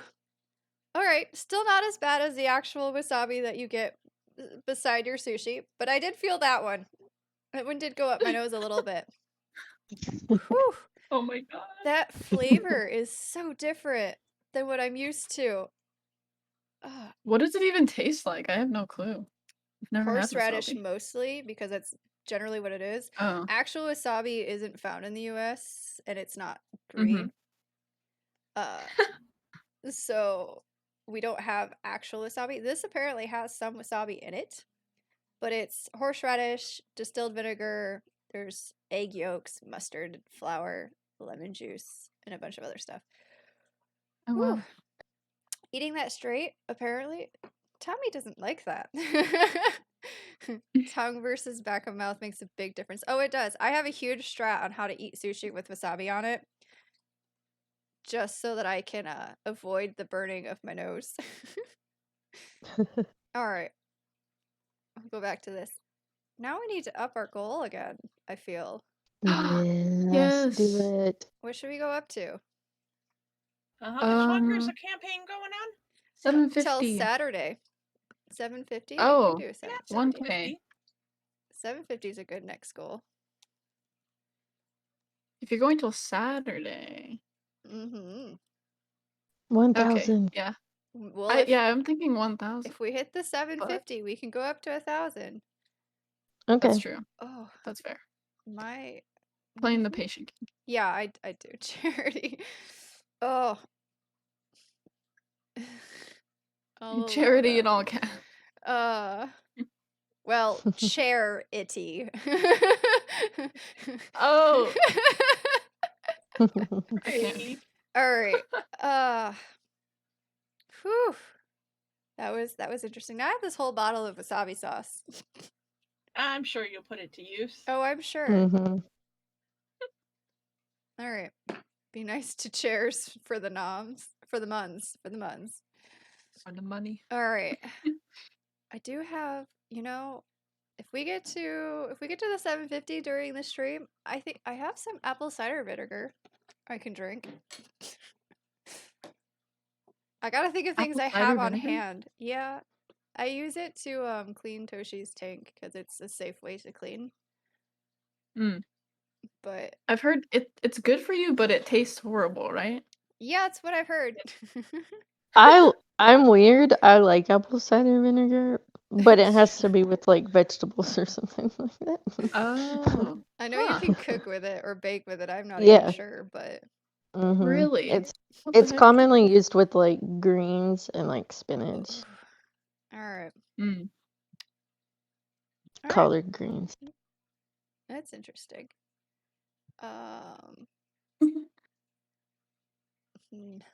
Not wired, Zana, just a good cook. What? You meant weird, not wired. Oh. Oh. Probably. Actual decant Oh. typo. Wired. Yes, we did apple vinegar shots for a charity stream. My grandpa did a swig a day most of his life. Oh, okay. Oh wow. Oh. So to say I've got to duck out and head to bed, but I will for sure watch the rest back tomorrow. Okay, well, have a great night. Christina, don't feel bad about having Take to leave care. early because I know that Thank you are you. in a much later time zone over there in Europe. But thank you so much for stopping by and participating. But yeah, I can definitely do that if we hit this fourth goal. We can grab the apple cider vinegar. It's kind of old too. I don't know if it expires, but I guess we'll find out. Oh no, Corey. All right. Oh, what were we on? Representation? Oh yeah. Still, I think. Yep. In media. Mm-hmm. Just make sure to shake it. Okay, I can do that. Yeah, did we have anything else to add for the representation? Or- Just that we wish there was more of it, probably. Yeah. Yeah, that pretty much sums it up. Yeah, pretty much. More and more dynamic. Mm-hmm. Like Mhm. Broader examples. Mhm. more true to Yeah. form. Mm-hmm. Mm-hmm. All right. More characters with depth. Yeah, depth. Yeah. Yes. Instead of like more robotic. Yeah. And Yeah. and more varied like identities on Mhm. the spectrum. because I feel like asexual, the only identity under the asexual umbrella is asexual that is seen in media. But I'd love to see like a demisexual or Yeah. a pathosexual, etc., etc. So Yeah, and I feel like yeah, the asexual representation even isn't true to form at all either, because a lot of the times it's just a character who just is disinterested, and that's not exactly what it is. It's not a yeah, disinterest in sex. It's just you don't have a sexual attraction. There's a difference right. there that I Right, don't Yeah, think and is that comes with the like the sex favorable versus sex repulsed. or there's an intermediate, what's it called? Oh, Sex indifferent. Yeah, sex indifferent. So Yeah. And I feel like that also plays into like this, because you know sex positive versus sex negative. Oh yeah. I feel like it's oftentimes seen that asexuals like hate sex, like in total, like everything about it, when that's not true. Definitely not true. That was a typo I had made in the thread of microaggressions, is I put sex positive when I meant sex favorable. Yeah. Which are two completely different things. Same with like sex repulsed and sex negative. Sex negative, yeah. So it's It's definitely like, the wording is definitely very important to pay attention to. yeah, rhetoric is super important. Because like I'm like whatever people want to do in their free time, like I don't care. Just don't tell me about it. Yeah.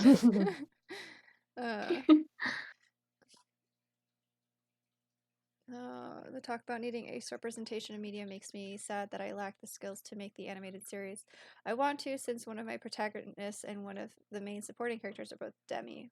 That's very interesting. Hopefully maybe one day down the line you can meet somebody who is an animator that you can work alongside with to make that yeah, or pitch it to a studio. Exactly. Wait, what is the difference between negative versus repulse? I may have missed that. Okay, so sex negative is kind of, well, not kind of, but it's the idea that sex is bad, period. Sex repulse is just somebody who isn't interested in sex at all. Like, okay, so I guess I can talk about this from my perspective since I am sex repulsed. I don't. It makes me uncomfy. Anything that has to do with sex just kind of makes me uncomfy. There's this weird feeling that I kind of get down my tummy or whatever. It just makes me uncomfortable. Yeah. I don't care about that other people have it. I don't think it's a bad thing. It's just not for me. And that's the difference. It's the most important difference, because when people are saying that like aces are sex negative, it's saying that aces are against sex, that they don't believe sex is right, that people should be having sex, and that's not it at all. That's definitely not it. Yeah. So, and then on the other side of things, it's like sex favorable versus sex positive. Sex positive is like sex is a good thing. The idea that people in society like sex, etc., etc. Where sex favorable is more attuned to the individual, where they like it or they want to have it, or etc., etc. Right.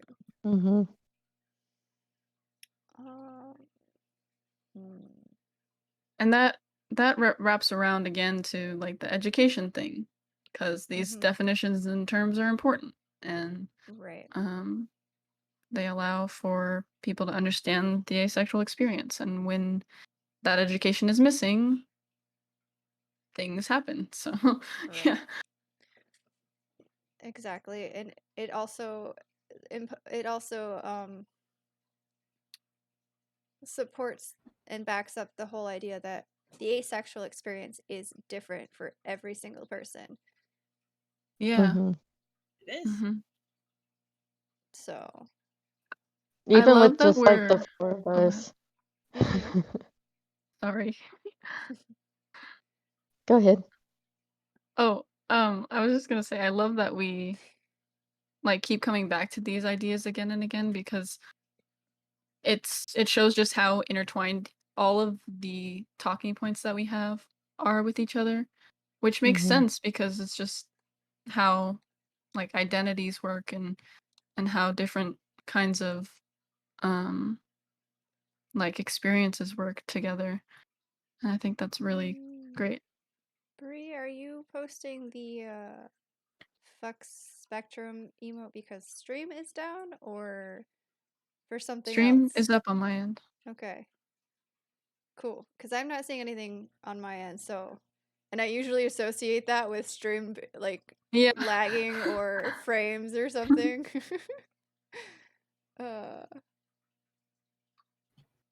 But I also know people sometimes use it for other things. So I just want to verify that everything is still looking okay.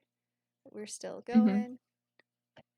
Also, welcome, Beans. It's good to see you. Hi, Beans.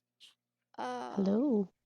But yeah, and like Zana was saying, like, just even though we're only 4 of us here talking about this, you can already see the very vast differences in our experiences as being Exactly. asexual. You got a loading wheel of death for 20 seconds. Okay.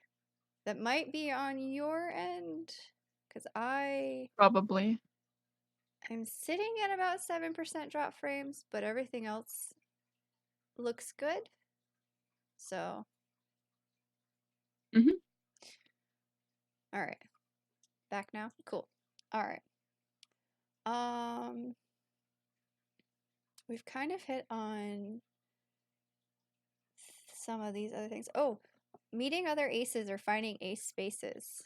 I know I've hit on this a couple of times with the hello Peanut with finding the subreddit, but like even outside of finding spaces specifically for asexuals, the importance of finding spaces that are accepting of asexuals.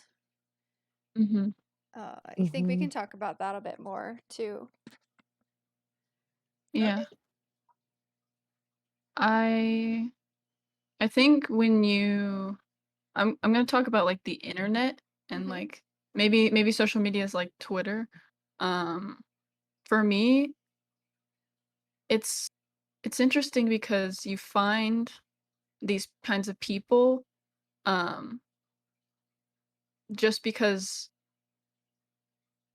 how do I word this? I guess going from Twitch to Twitter for me, like I found Brian's community and then I built off of that. And reaching out through Twitter, you kind of find the same kinds of people. Just because social media is an echo chamber of sorts. So like you get to like cultivate your own space on the internet and curate who sees what almost or what you see as well. So I find that like my spaces online are very safe and like accepting because they're the way that I've made them, you know? That makes sense. So the internet has been a very good resource in that way for finding other ace people and whatnot. Because I found Corey and I found like Shira and a lot of other mutuals I have on Twitter are ace. Is Shira ace? Yeah. Because I did not know that. That's You awesome. didn't? No. Yeah. Otherwise, I would have invited her to join us. Yeah. Her, them. I know. Both. Yeah, her, them. I gotta stop and like remind myself sometimes with pronouns because I'm still working on making they, them like the default. Right. Because it's. I think you're doing great. Thank Don't you. worry about it. You're conscious of it, and that's what matters most. So.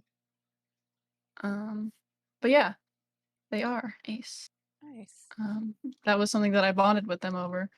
Yeah. With like, once you find that out about somebody else, it's like you have a connection immediately, and that's why I think Corey we clicked so well.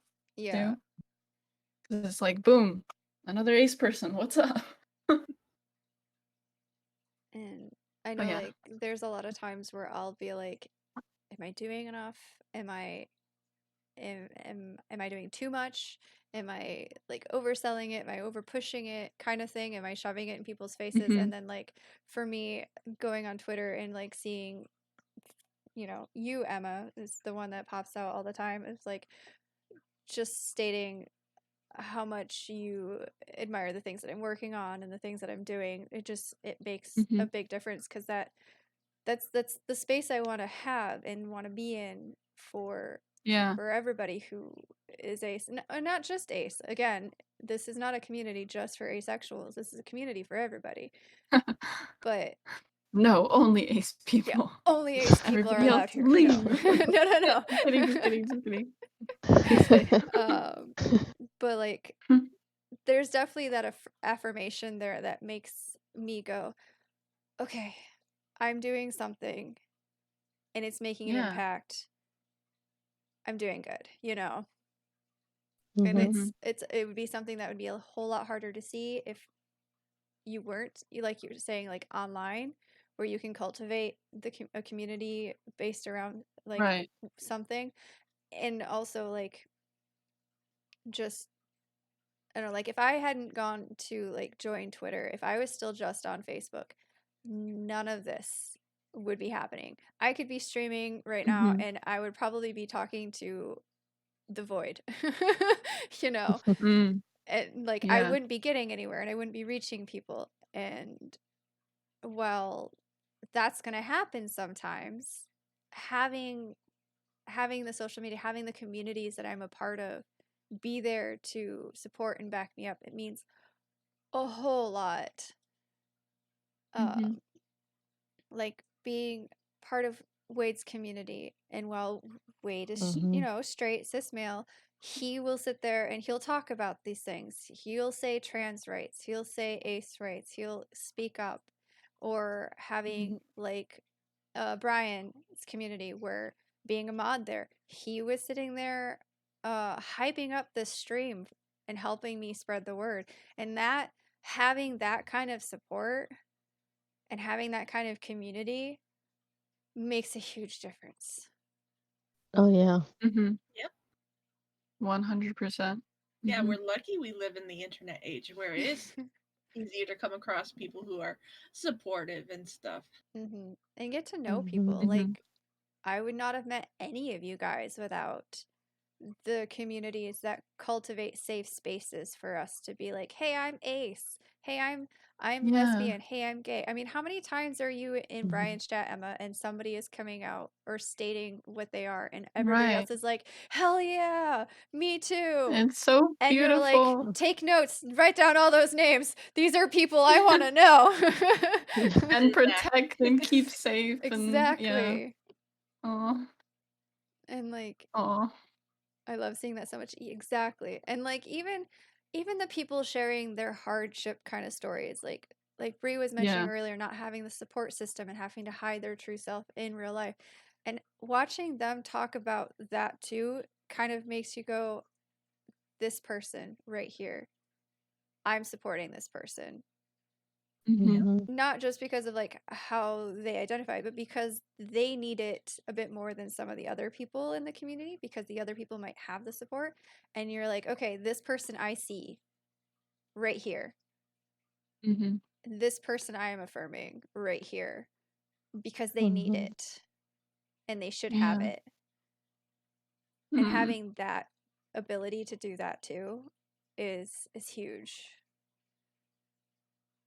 Man. The internet for all the bad things, there are like 10,000 more good things. And I think this Mhm. is one of them that I mean, I don't take it for granted necessarily, but sometimes I forget just how powerful it is. Yeah. Um and just how important it is. And Oh. there's gonna be there are days for me even doing this where it feels like I sometimes forget that I'm not the only one out there, that I'm not the only voice. So it Mhm. starts to feel like there's a heavy weight and a whole world on my shoulder and I have to speak louder because there isn't anybody else to speak. And then when you actually sit back and actually look at the response you're getting and like the other people who are speaking up with you and seeing that you're actually not the only voice anymore is a whole nother thing that makes a huge difference. Mm-hmm. Okay, I'm gonna let Phoenix and Zana talk some now. No, you're good. I think you're No. saying what most of us are thinking. I haven't put it out there too much that I'm ace on my social media, but I haven't hit it either. And and I knew I would be coming out, to do this, so people would, see me on my Twitch. I mean, yeah, my Twitch, but also my Twitter. And like I said, I did put myself out there on my Facebook page because I want to start cultivating this community and helping to be that safe space for others. And because it is really important,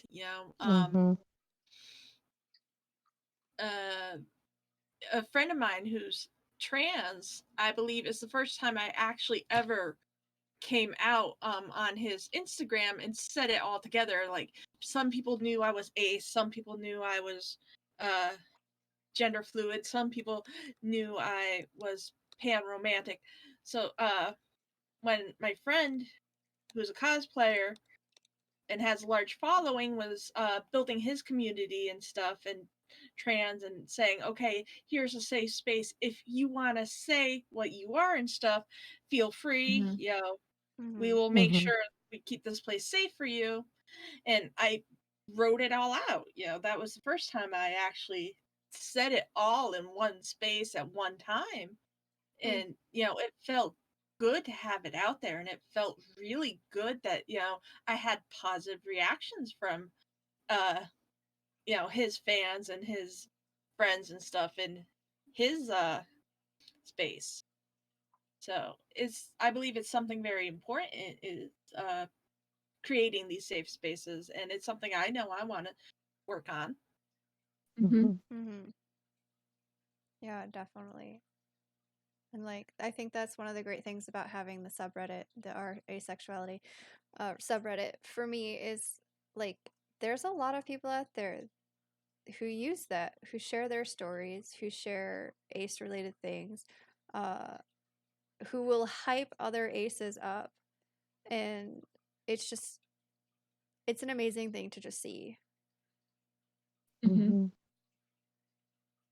know if any of you guys follow that subreddit, but if it's a really nice space to be in. I'll probably go and check it out. Yeah, I'm I'll gonna go check it out too. I just don't use Reddit, so That's fair. Yeah, me I neither. only really use it for Brian's community. Yeah, same.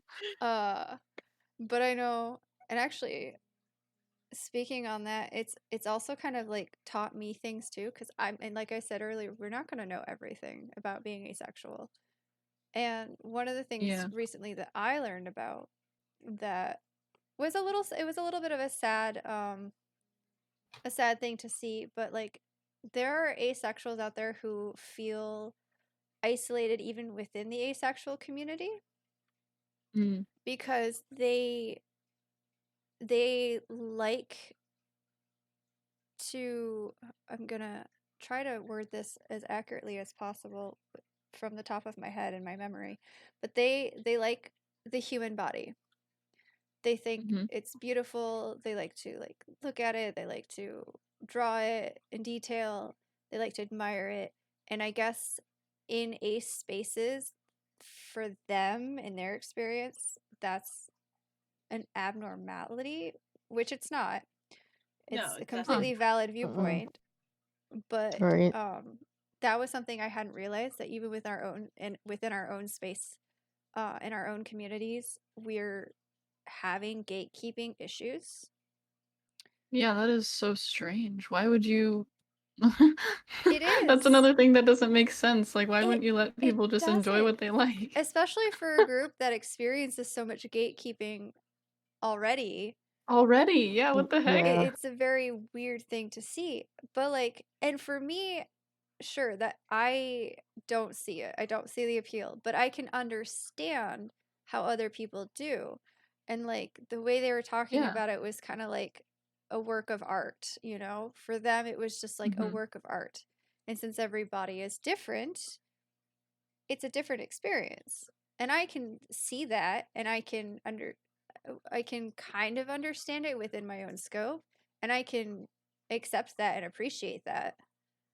So Mhm. Mhm. it's weird for me to think about how others can't. Yeah.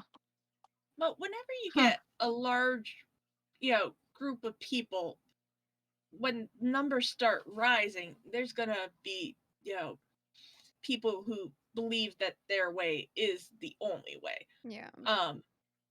So even though it's unfortunate, it's not too surprising that there are still some people who in the ace community who would gatekeep other aces. Yeah. Statistically Yeah. speaking, it's bound to happen, and hopefully through more education and as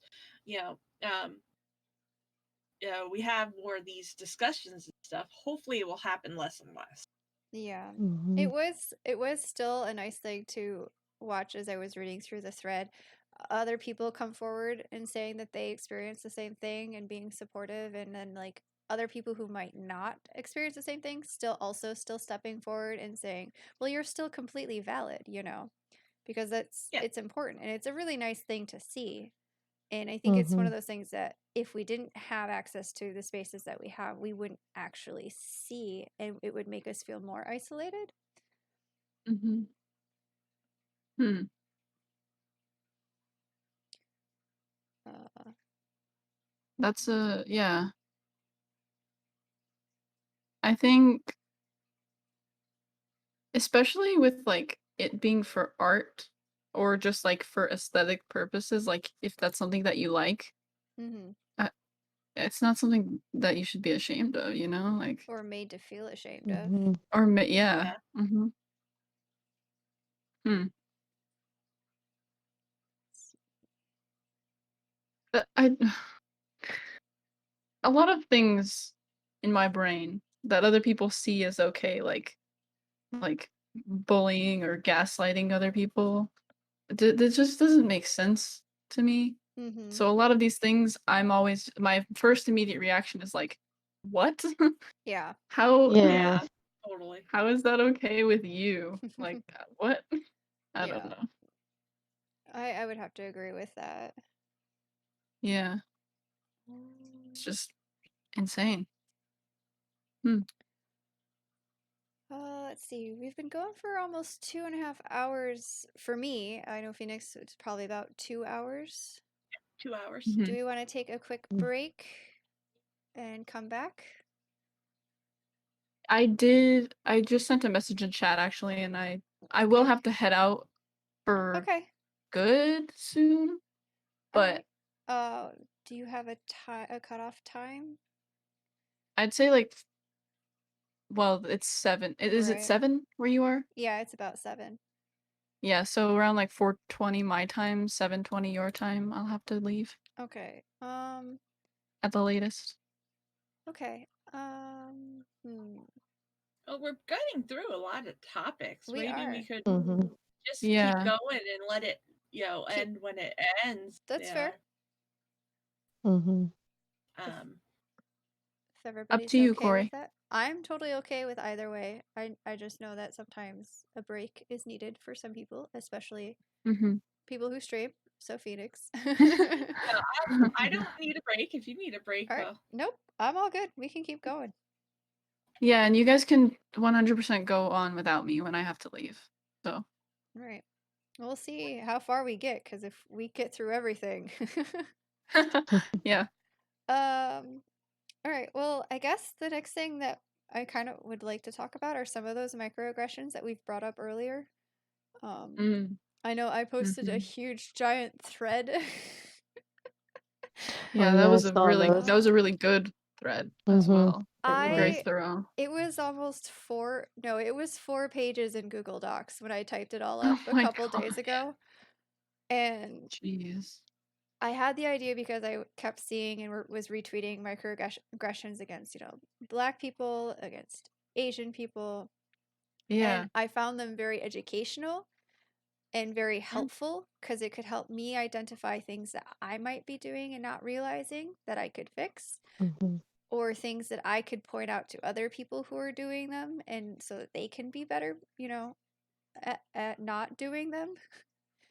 Mm-hmm. And what I found, like, once I started sitting down to do it, they just kept coming and coming. And I admired the people who put them together. I did not stop to think about how mentally exhausting it is to think about all of those things Mm-hmm. until I sat down to do it Mm. myself. I have so much respect for these people. Yeah, I saw Yes. your tweet. You were like looking through all the things and seeing how like overwhelming how many things there were. Yeah, it's Yeah. crazy. So I think all of you guys read through all of them. Yeah. Mhm. Yeah. So if you And I have the list up as well. cool. I just pulled up the list as well. Yeah, I've got it too. So I think, like, if we pull out ones for us that are Mm-hmm. huge ones or things that we would like to focus on, we don't have to go over all of them, obviously. Yeah. But like, I will say that like a general thing for microaggressions, like in my mind, a lot of people like to like brush them under the rug because they're microaggressions instead of like these huge events that happen. mm-hmm.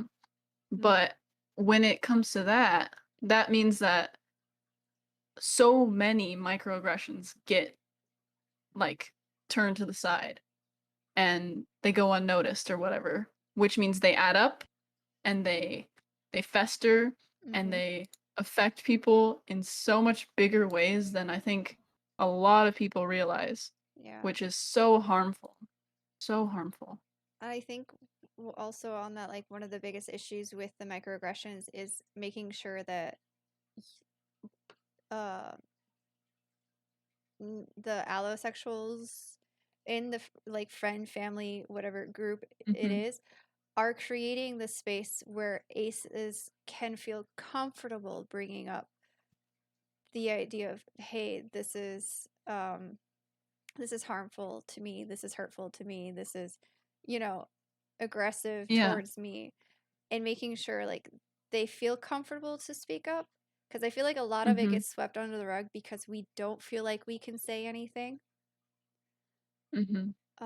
So when you say microaggressions, what exactly do you mean? Okay, so microaggressions are things that people do or say, either intentionally or unintentionally, that it can be harmful to the group's set that they're directed at.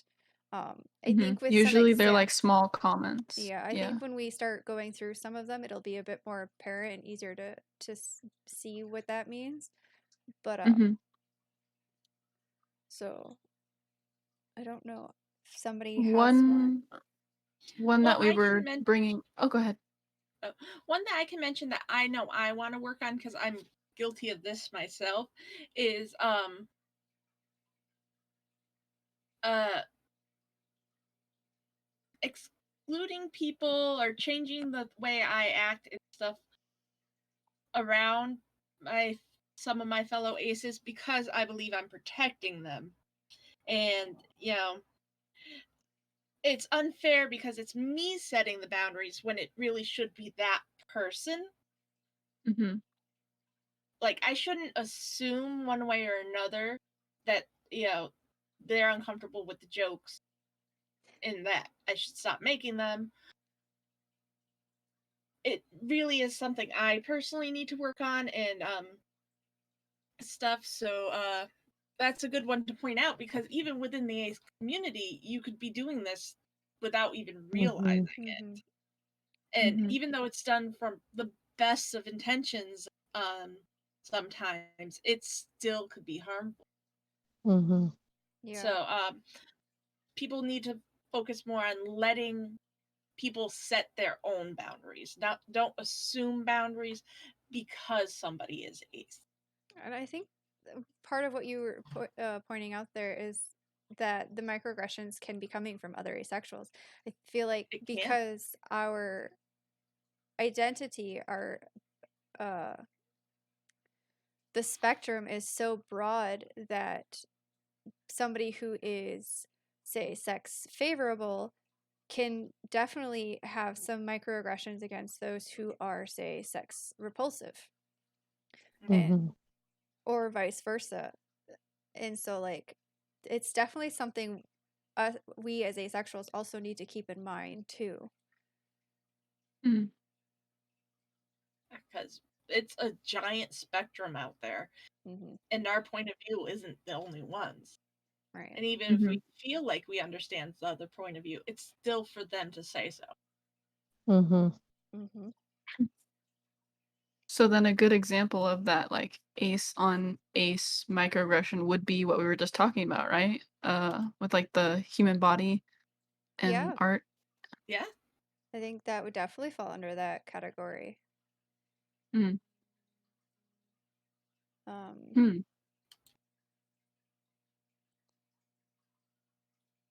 Another one that we were talking about earlier is the guy, like, quote unquote, oh, you're a guy, how can you be asexual?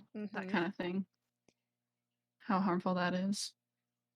Welcome, Felly. It's so nice to see you. Enjoy the lurk. Hello. Hi, Felly. Yeah, no, I think that's a huge one. Assuming that just because somebody is male, that they can't also be asexual. I think that is probably one of the most harmful ones. Yeah. And probably the most dismissive ones that can be out there. Because it calls out a whole group of people within the asexual community. It's crazy.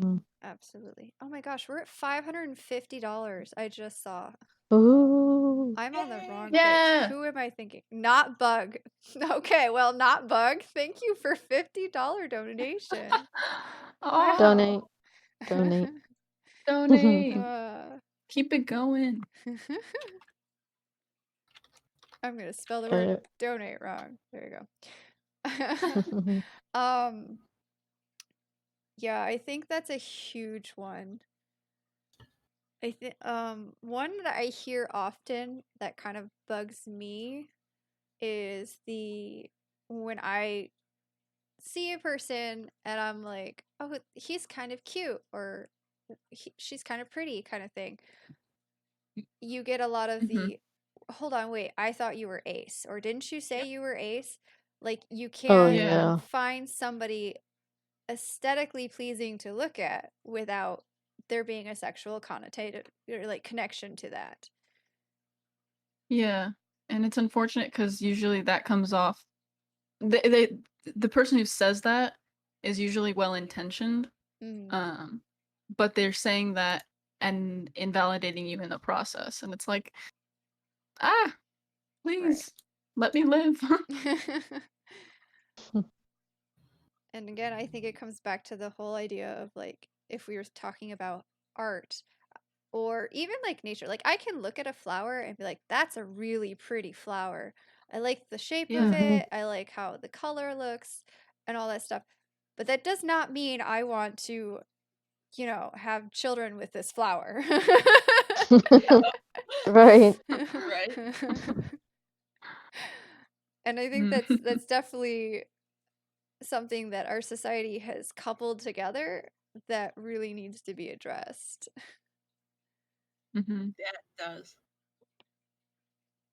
Going back, one I've heard a lot throughout my life is, when are you having kids? And of course, from family, when can I expect grandkids?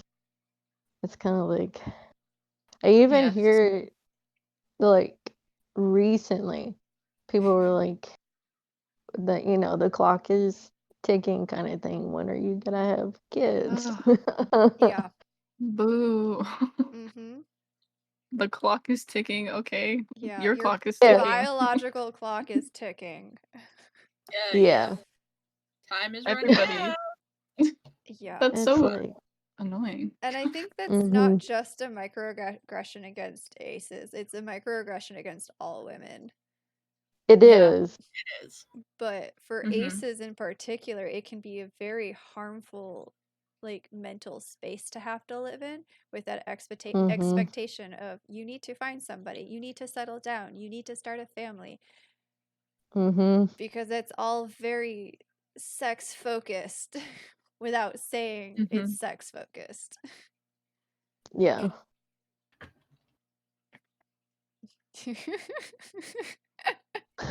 The grandkid conversation. Yeah. And I know my parents are guilty of this. Not so much anymore that I've gotten older and I've been ace for a while and have talked about being ace for a while. But definitely as I was growing up and not knowing that asexuality was a thing, there Mm-hmm. was a lot of, Mhm. well, when are we going to have kids? When are you going to find somebody? When are you going to settle down? When are you, and not just to me, Mhm. they do it to my brothers as well. And I don't know, my brothers don't really talk about that kind of stuff, so I don't know where they feel they sit in their sexuality and stuff. But Mhm. it's definitely a lot of pressure, especially for somebody who is trying to learn and figure out their sexuality. Mm-hmm. And that's what I felt a lot of pressure growing up, that I needed to find, like, okay, I need to find a person that I have to marry and that I can settle down with. And that kind of led to where my life went. Mm. And then I was like, oh no, I can't do Yeah. that. And then when you tell them you're asexual, they're like, "Oh, you're celibate." I'm Oh like, God. Yeah.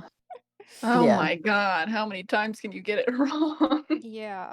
There's a huge Literally. difference, guys. Celibacy is a choice to abstain from sex. Asexuality is a lack of or a lesser sexual attraction to people. Mhm. One is a Mhm. choice, one is not. Yeah. uh Other. Oh, and the therapy one, like, you need to go. Oh my Oh God, yeah. yeah. Have you talked to a professional or a counselor about this? Have you had your hormones checked? Oh, the Mhm. hormones. Oh. I've done that one. I've, yep. To be honest, the ones that I posted, most of them I have heard either directed at me or in reference to asexuals. So, like, I know these things happen. Yeah. Well, I didn't have the whole have you talked to somebody about this or have you had your hormones checked? I know a lot of people have. And again, I think it goes back to the fact that until recently, this was a mental disorder considered. Exactly. Yep. Yeah. Mhm. So it was studied medically and like all these things and oh But God. the truth of it is there's nothing wrong with asexuals. There's nothing to fix. There is nothing that to be fixed. Mhm. We're Exactly. perfectly okay, just the way we are. Yep. Uh, let's see. Oh, aren't you being unfair to your partner? Oh yeah, Ugh, yes. that one's annoying. On the top of that, the jokes or the manipulation or the guilt tripping or the sexual threats of like, oh well, you haven't been with me or I can change that. I can change it. No. One, Ugh. again, there's nothing to fix. Two, Exactly. asexuality is not a challenge. Yeah, Yeah. exactly. And that goes into some really, really harmful stuff. Like Indeed. trigger warning for rape and rape mentions, but if I'm allowed to Yep. speak Nope. on that. I have a Yep. content warning command. Yeah, some of the practices that were used to fix asexuality have been like corrective rape Mm-hmm. and like forced sexual intercourse, and it's terrifying. that actually No. happened. Yeah. That was an actual thing. And it still Like, happens. and it still happens. It still happens. And It's, I think ugh. on the flip side of that, also, you find aces forcing themselves to have sex because they Right. think they Mhm. have to. And it's Yeah. expected of them. And it can Uh-huh. create so much harm mentally. Mentally, exactly. Mhm. Yep. So, and I never Uh-huh. understood how like those kind of comments played off as jokes Right. could be okay because they are threats. They are sexual threats and manipulation Mhm. and guilt tripping people. How those can be okay to say to anybody. Right. Because they're said to like lesbians. Like straight men will be like, "Oh, but you haven't been Oh with yeah. me," Yeah, and it's like, I can change that. I can fix that. yeah. You really can't. Ugh. The ego behind that is tangible and it's Oh, yeah. disgusting. Yeah. It is. Ugh.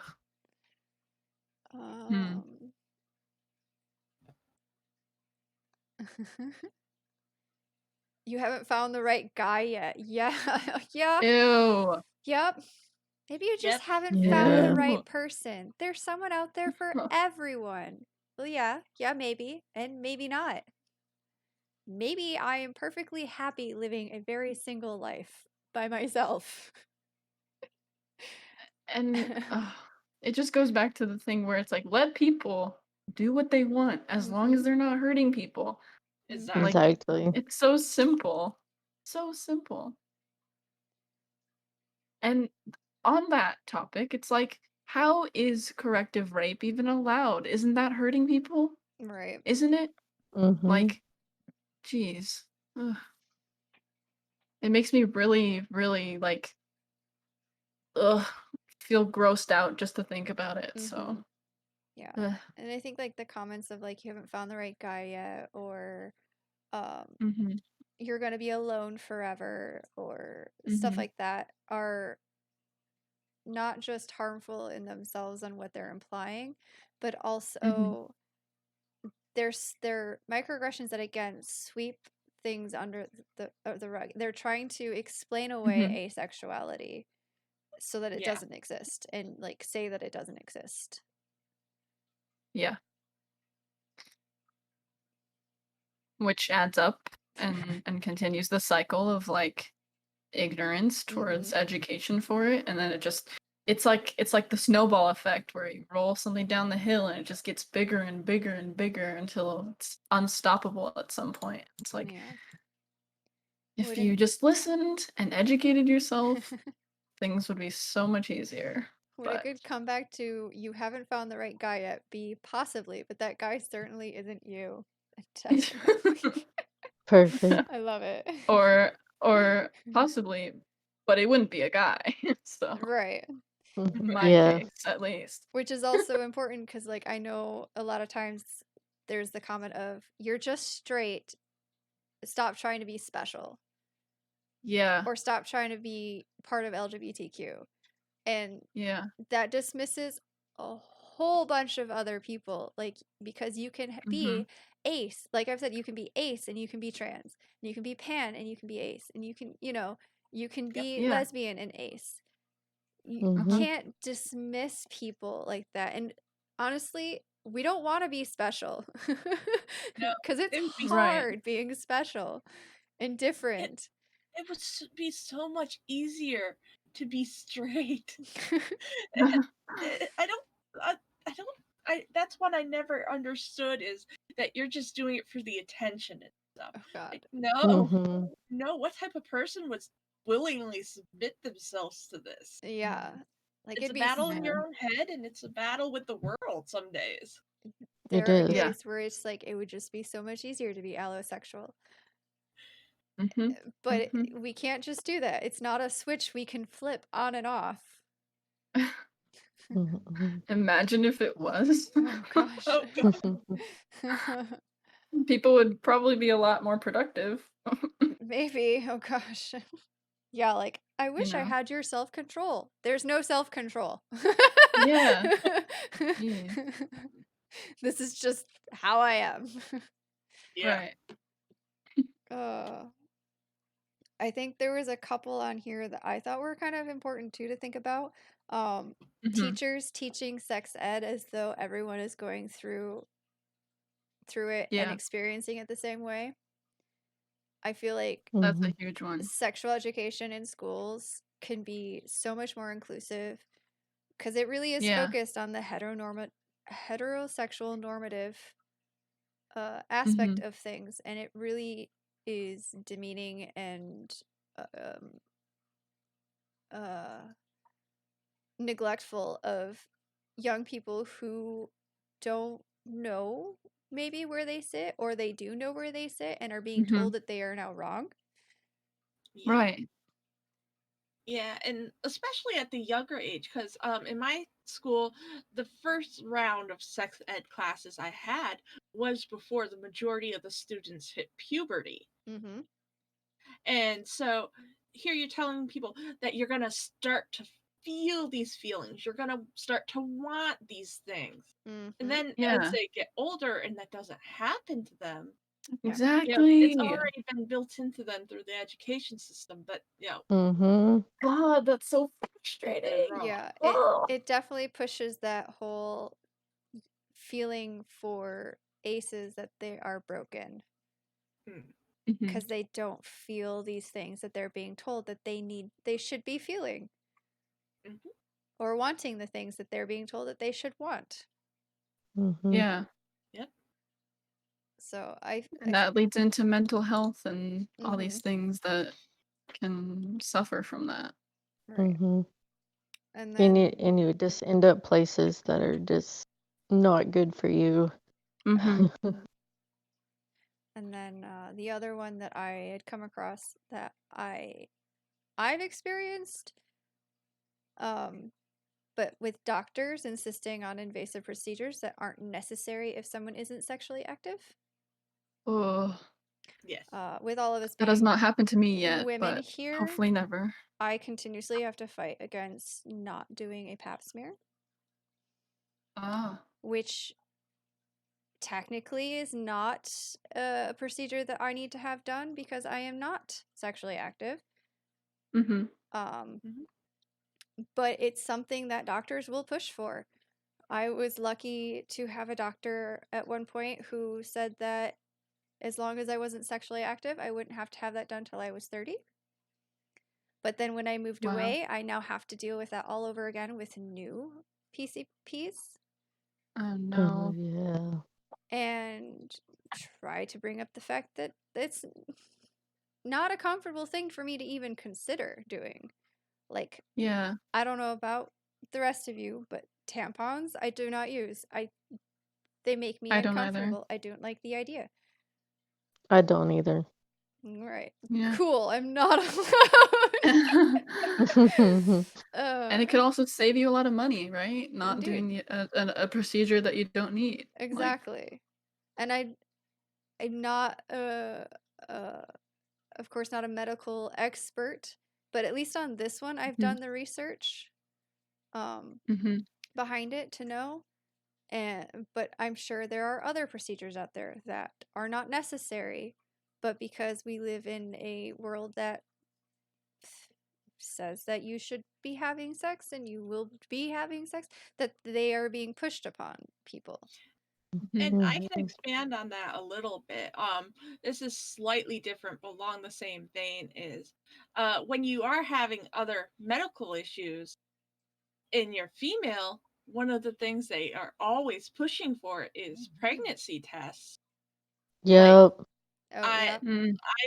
I had some problems with, you know, my reproductive parts a few years back, and before every single appointment they're like, okay, go pee in this cup, go pee in this cup. I'm like, guys, I'm not pregnant. Like, Right. but you have to go pee in this cup. Like, Believe me, please. and they would talk down to me as if I didn't know how pregnancy could happen. Mm-hmm. And Uh-huh. I was like, the reason I know I'm not pregnant is because I haven't been with a guy in 8+ years Right. in that Yeah. way. I, but it was just constantly being talked down to as if I didn't know, the birds and the bees, and that, unprotected Yeah. sex. Mhm. And the No, I being just talked know down I'm not to. having sex of any form, so, kind of Yeah. not possible to be pregnant. But I still, and I kind of understand their point of view that for liability sakes, they have to do the test because some people will lie and some people don't know the basics. So Mm-hmm. I understand the need for it, but don't talk down to me like I don't know. Yeah. You can Mhm. ask me why I say I believe I'm not pregnant, and then I'll come out and say, yeah, I haven't had sex, so many years. All right. Mm-hmm. Right. But don't talk down to me like I Or don't know. And that's something that happens a lot in the medical field. even me Mm-hmm. having, like, trying to bring it up and being like, well, I'm asexual. It's not gonna, not gonna be a thing. And like just bringing that up to a stranger, whether it's a professional or not, can be very an uncomfortable thing to talk about. My face turns bright red sometimes, and it's so Yeah. warm, and it's like Mhm. so uncomfy because you don't know how that other person is going to react to that, especially Yeah. knowing that you could be misdiagnosed with a mental disorder for it. Yep. Mm. So Yeah. The one last one that I wanted to bring up before I had to hop off Mhm. is it's sort of similar to this. It's like same thing with boundaries and whatnot, but it's the excluding your ace friends from thinking you're protecting them. Mhm. Like either avoiding talking about something because you assume they're going to be uncomfortable about it, or maybe just like not inviting them places because you think they're going to be uncomfortable, etc., etc. Mhm. The ace person in that situation should be the one to set the boundaries, um, instead of having people assume things about them. Mhm. Just in most cases. So Yeah, and I felt that one was interesting. it was one that I had recently had to deal with, with no Yeah. ill intent behind it at all. And I'm not gonna call people out, of course, because it's done, it's past. We've talked about it, and we've moved on. Mm-hmm. But it's not the first time either. But it is definitely one of those Mm-hmm. things where it will make you feel alone and isolated, unwanted kind of thing.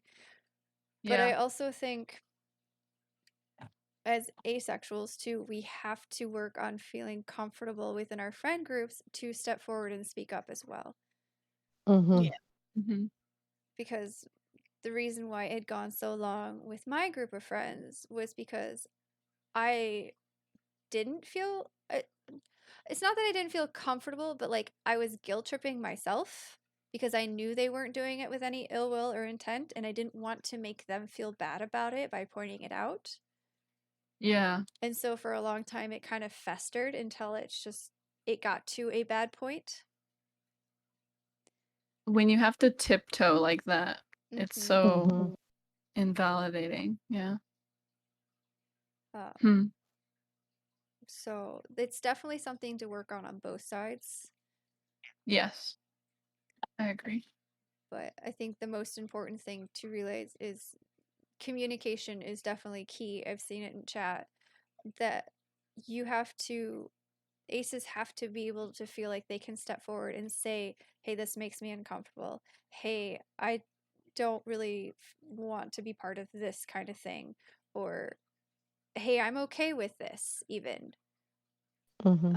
And Mhm. then on the other side, the friend, family, whatever group, to make sure that they're communicating that they want that ace person to be able to feel comfortable to be Right. stepping forward, and that they want to know what the boundaries are, and they're asking the questions and be like, say making a risque joke and be like, are you, is that okay with you? Are you comfortable with this? Yeah. Or Putting in the effort. right. Mhm. Mhm. And asking instead of assuming, that it's not okay, Mhm. Mhm. or assuming that it is okay. So Mhm. it's definitely something on both sides that needs to be worked on. Yeah, I agree. Okay, well, I'm really thankful for having this opportunity to get to talk with you guys. Thanks for inviting me, Thank Corey. So you. glad that you could join Um, us. yeah, Phoenix Yeah, and thanks for Zana, it was joining really me. nice to meet you as Nice to well. meet you too. You too. We'll talk about maybe doing this for Ace Week Yeah, or maybe. something. Yeah, we can definitely talk and plan. Yeah. Take care, and I'll see you guys next time. All right, bye, Emma. See ya. Bye. Love Thank you so you. much. I love you too. Bye, bye, bye. Bye. Oh shoot! I gotta shift my camera. Hold on, I moved. All right. So, is it okay if I add one? No, I know it's like absolutely. The it's list I one. came I up just with. kind. Sorry, I don't mean to talk over you. I just want to say that when I No, made this list, I knew it wasn't going to be comprehensive because I could only speak from my own experiences. So if you guys have something to add, please, please, please do. mine is more that people are always like, there's a wilder side to you. Like they assume that I'm hiding something because I'm not overly sexual about stuff. Like I don't point stuff out. I don't like dress a certain, they're like there's a hidden side of you that needs to come out, and eventually one day you will grow up and that side will come out, if that makes any sense. No, makes sense. Yeah, it does. Because I've had several people in my life just be like, there's just something missing, and it's like, no, not really, this is just me.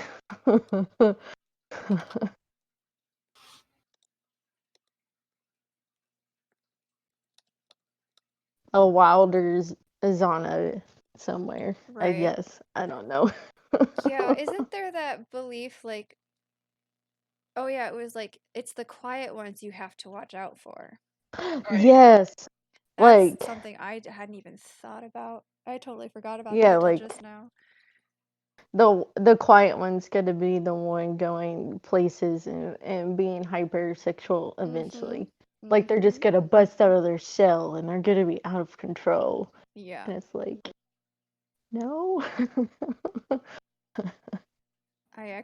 Yeah, that is definitely a big one. Definitely one I've heard, not directed at me as the quiet one, but definitely one you hear comments about, Yeah. which I think is, Same. ugh, especially considering that well, again, I say a lot, but I can't really speak to that number, especially since there are some aces who are quiet. Yeah. Gotta be careful with the generalizing words. Cause like I don't know, I was the quiet one, and it's not Yeah. changing, which is a weird thing to think about when you consider that I'm streaming online in front of X number of people. Yeah, I was the quiet one too. I always said, because I've had people like, "What would you do if you didn't have your phone or computer?" I'd be like, "I'd probably still have my stacks of books, because I Right. would Right. have like 4 or 5 books. Because what if I read Yeah, the right. whole one and then I don't have another book? You know? Right? What if I read this whole book in like 10 minutes? Which could happen. Yeah, yeah. Yeah. So that was, and I had my notebook and my pencils, and that was my excitement. Yeah.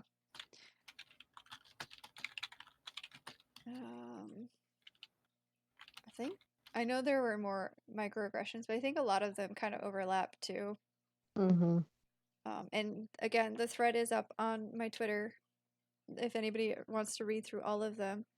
And also know, like, if you've done these to your ace friends at all at any point, it's okay.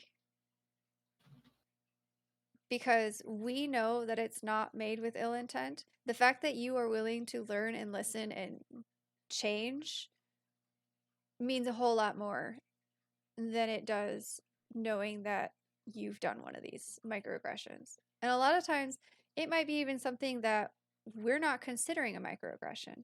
Like, Mm-hmm. for example, if one of my friends sits there and makes a dirty joke around me or turns something I say dirty, I'm not going to consider that a microaggression because I'm okay with that one. Yeah, same. I'm okay with the dirty Mhm. jokes. I'm not always okay with making the dirty jokes, but I'm okay with the people around me making them. I might also not understand all of them too, which is a whole different story. But so for me, that one personally isn't a microaggression towards me, but towards other aces, it could be. Yeah.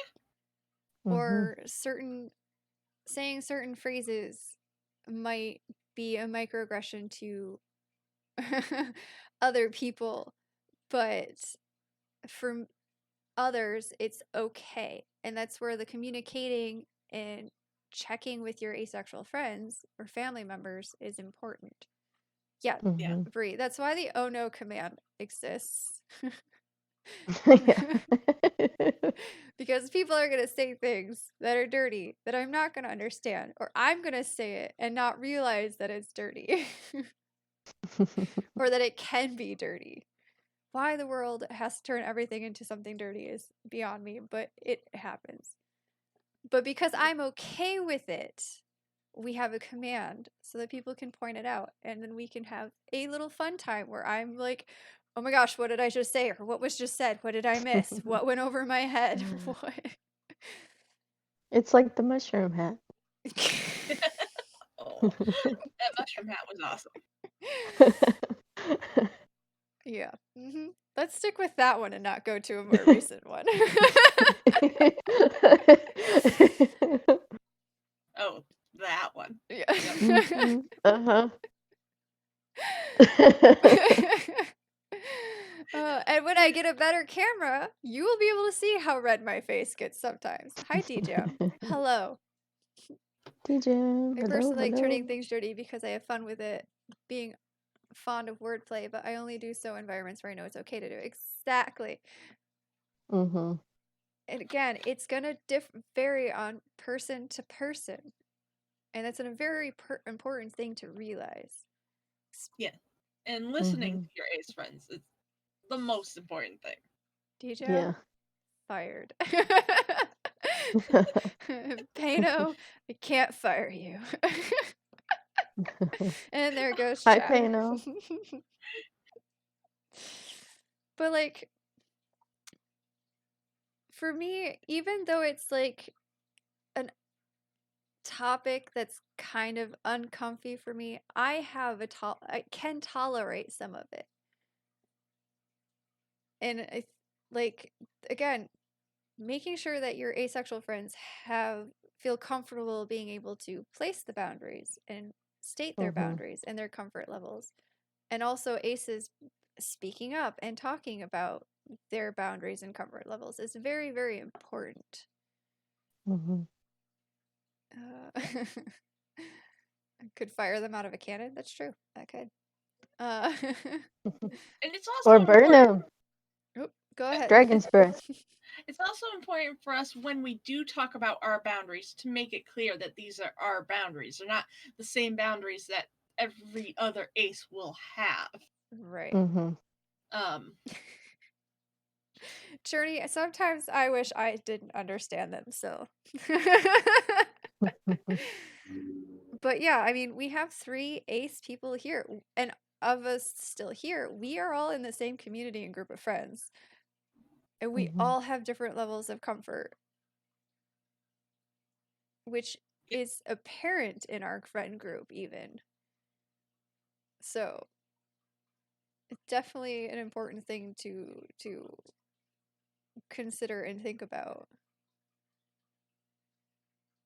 Indeed.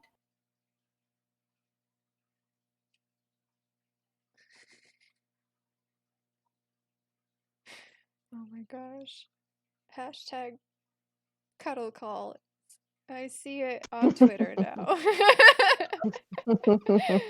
Hey, we need to make that trending. Cuddle calls would be great. Right? They would. Although trying to set them up would be kind of difficult. Phantasm Opera, thank you so much for the follow. Oh, wait, hold on. We're at 575. Journey, thank you so much for the $20 donation.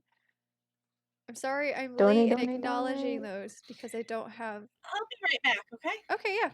A notification for them. I haven't figured out how to set that up. We'll get there for the next one, I'm sure. This being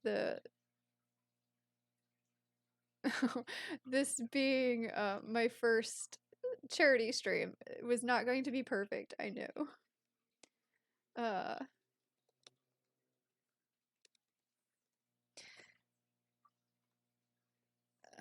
Down to hugs? Sure, yeah, definitely. I love hugs from certain people. Yeah, yeah. I have to be very comfortable with the person to receive a hug. I used to Virtual hugs? Sure. Yeah, I used to be a lot more.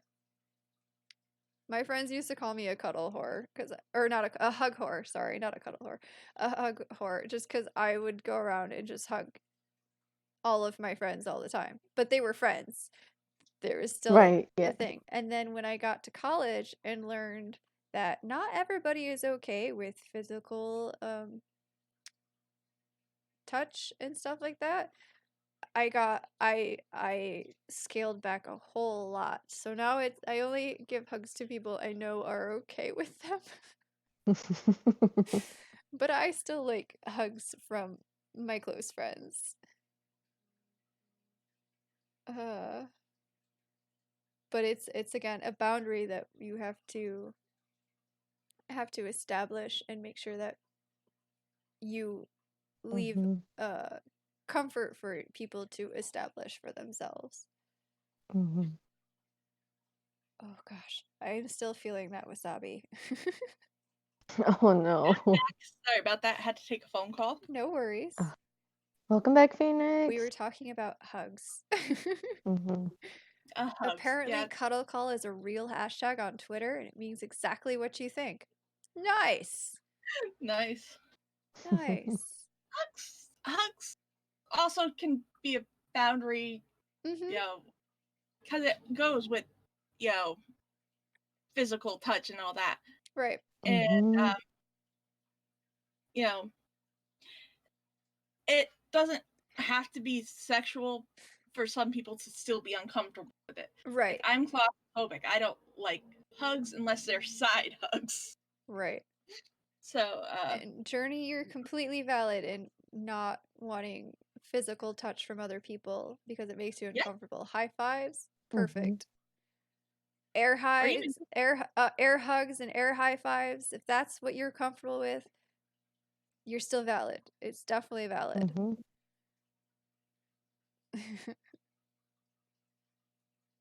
All right, let's see. Oh, I know there was one thing I definitely wanted to talk about before we ended the charity stream. I don't know how long you guys wanted to go. I feel like 4 hours for a podcast is good, though. So end about 8 o'clock. Yeah, that's good. Okay. My brain says that'd be 3 hours, but okay. 3 hours? 4 or 5? Oh yeah, because we started at 5. You're right. 3 hours still. It's good. Yeah. Eventually, we're gonna run out of topics. True.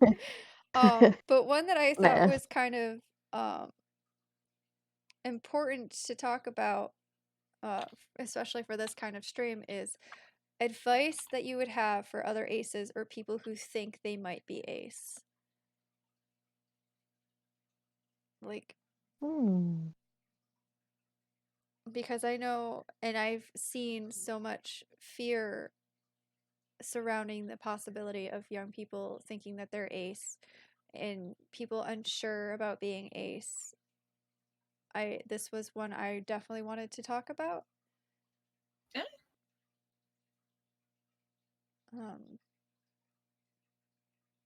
Anybody want to go first?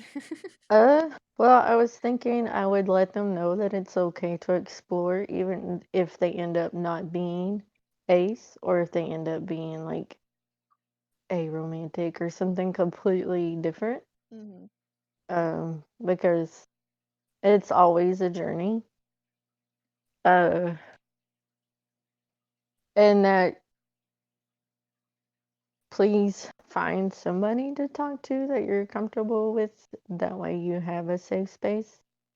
I know that's not always easy to find. Um, but if you do have a partner, hopefully you can sit down and have a talk with them. Or like with really young people, uh, find somebody in your friend group or maybe a teacher or just or like at college, maybe they have the LGBTQ safe space. Find somebody to talk to and kind of explore those different labels. Yeah. I would say definitely like don't be afraid to like Zana said, explore, do the research. I wouldn't say like try one on, but like Yeah, like research and figure out. right. Yeah. Learn as much as you can from people who are already there and see if it fits Mhm. you and sounds like you. But also, if you are ace, it's okay to be ace. Yes. Don't be afraid of being ostracized.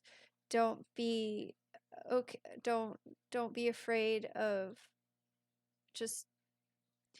You can't let the fear stop you from accepting who you are.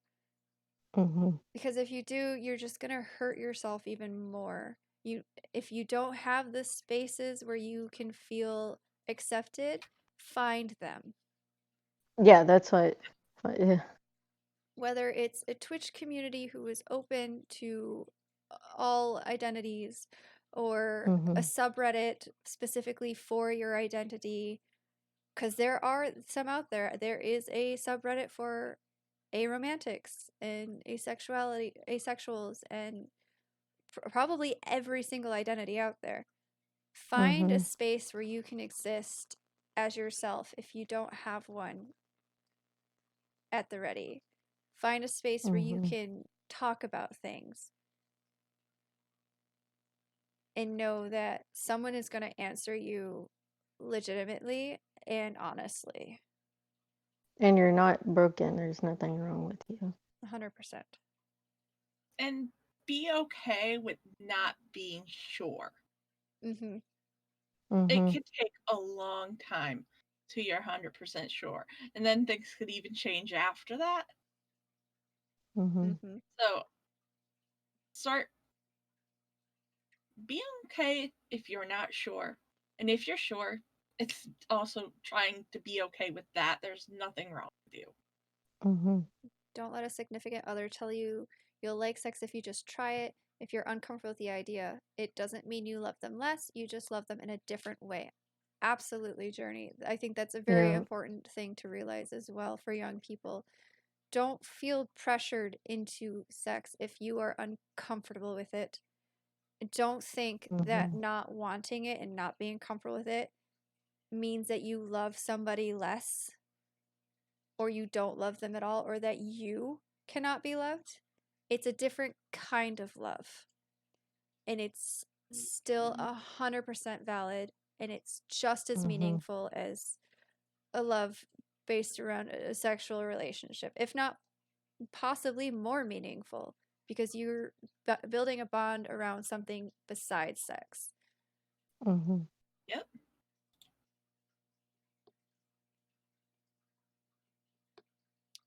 Let's see. I'm trying to think.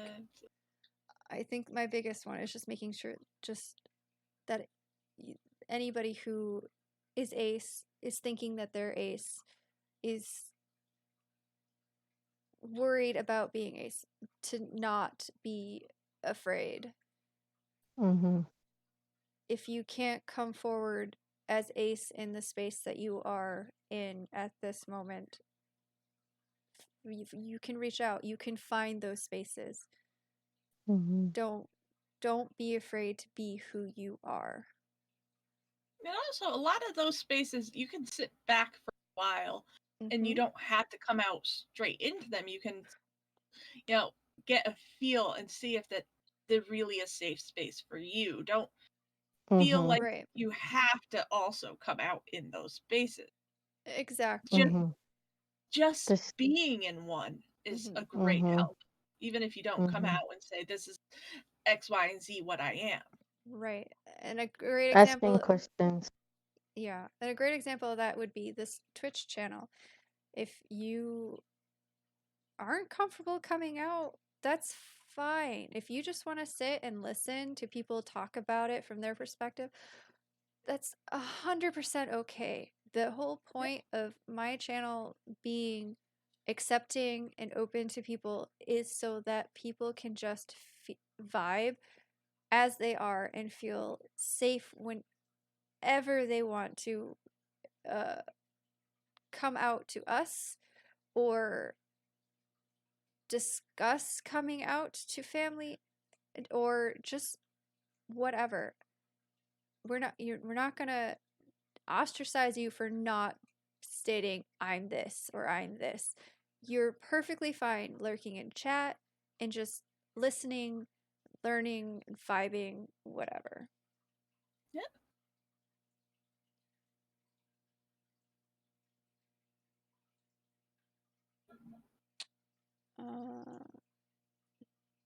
I think that's the last big thing I had for a discussion topic. Do you guys have anything to add?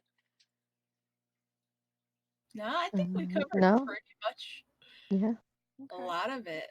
Most of it, I Mhm. can't think of any. I always let my students know I'm an ally so they know if they need to talk, they have a safe adult to talk to. And I think that's very important, Bug Babe, for Mhm. every profession. Because people, and I'm gonna just broaden this to people, not just asexuals, can face so much hardship from so many different places, whether it's school, it's work, it's friends, it's family, it's their religious institution, it's their community, it's Mhm. they can experience it from everywhere. And when it's coming from everywhere at the same time, it can be just so difficult to deal with. Mhm. I guess if we don't have anything to add, we can, if chat has anything, if there's questions, something you're curious about, just ask that you keep your questions respectful. Feel free to ask, or if you have something, if you guys have something to add as well, feel free to drop it into chat and share it with us. We'll have a few more minutes here. No problem. Or if Phoenix's chat has something.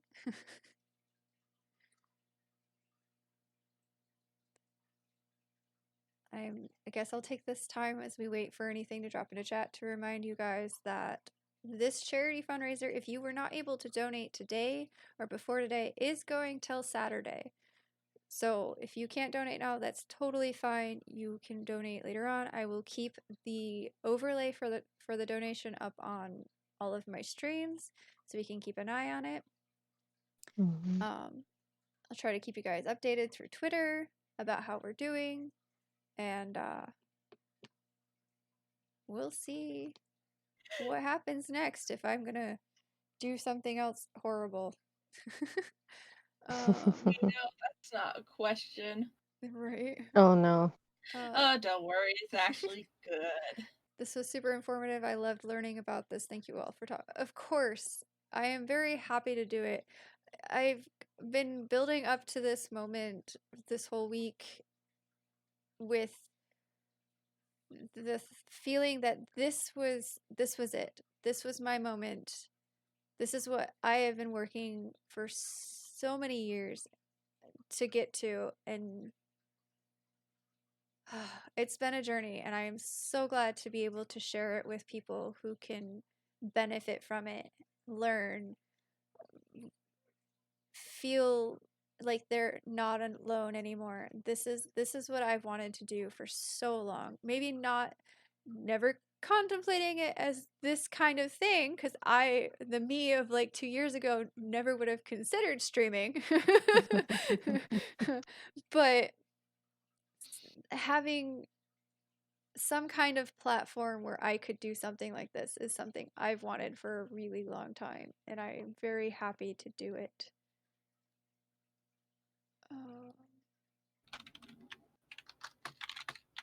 Journey, don't worry about coming in late. There will be the VOD, and if you can't catch the VOD within the 14 days, it is going up on the YouTube channel.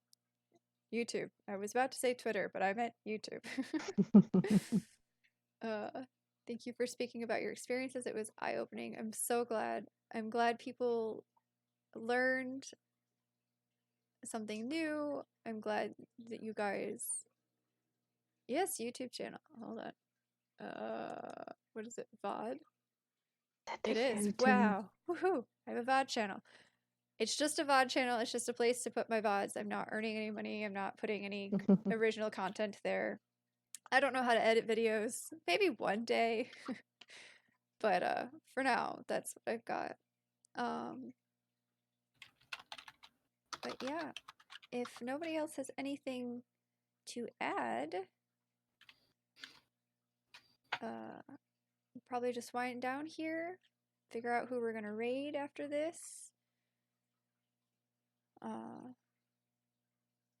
And yeah.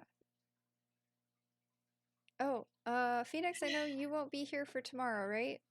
No, I have to work tomorrow. Zana, are you still available? Yes. Are we still doing a mod day?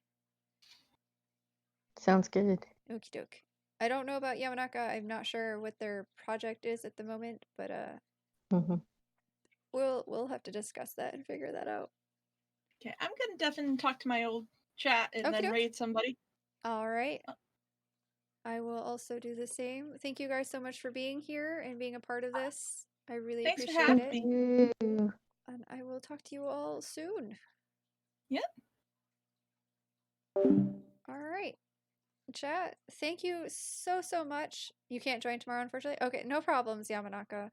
We can do something. That's the reason why I chose the name Journey, because I've been on such a long journey of self-discovery and self-identity. I love that. I absolutely love that. But guys, thank you so much for being here and being a part of this. Thank you for raising $570. That's more than 5 times the amount I thought we were going to even get close to. Just because I didn't know what to expect. And I appreciate you guys so much for being here, for listening, for chatting with us, for adding your input, and just being supportive of me and what I'm doing and each other. And hold on. I love and appreciate every single one of you so much. Let's see. I've got to figure something. Who's streaming right now? Ooh. Hey, DJM. I see your buddy is streaming. Did he just start, or is he wrapping up? Because I will probably just go raid King Eli, who is a wonderful person. If DJM is even still here. If not, we'll take our chances. But guys, thank you so much. This is not going to be the last charity stream. This is just the beginning. I want to do so much because there is so much good that we can do. I know there's an Able Gamers charity going on right now, which I will unfortunately not be joining, even though it's a great cause and I would love to. But because we did this one instead, I don't want to stretch people too thin. Next month, I know, is St. Jude's month, usually for charities. I do want to participate for that, so that will be our next one. And then we'll see where we go from there. There are so many great causes, and there's so much good and so much difference that we can make in people's lives, and I want to be a part of that. And I want you guys to be a part of that. So Discord's making noises in the background. But anyway, guys, thank you so much. I appreciate you all. I'm not hearing from DJam, so we're just gonna go and take our chances here. I don't think I've actually gotten a notification that Eli was live, so hopefully that means they've just started.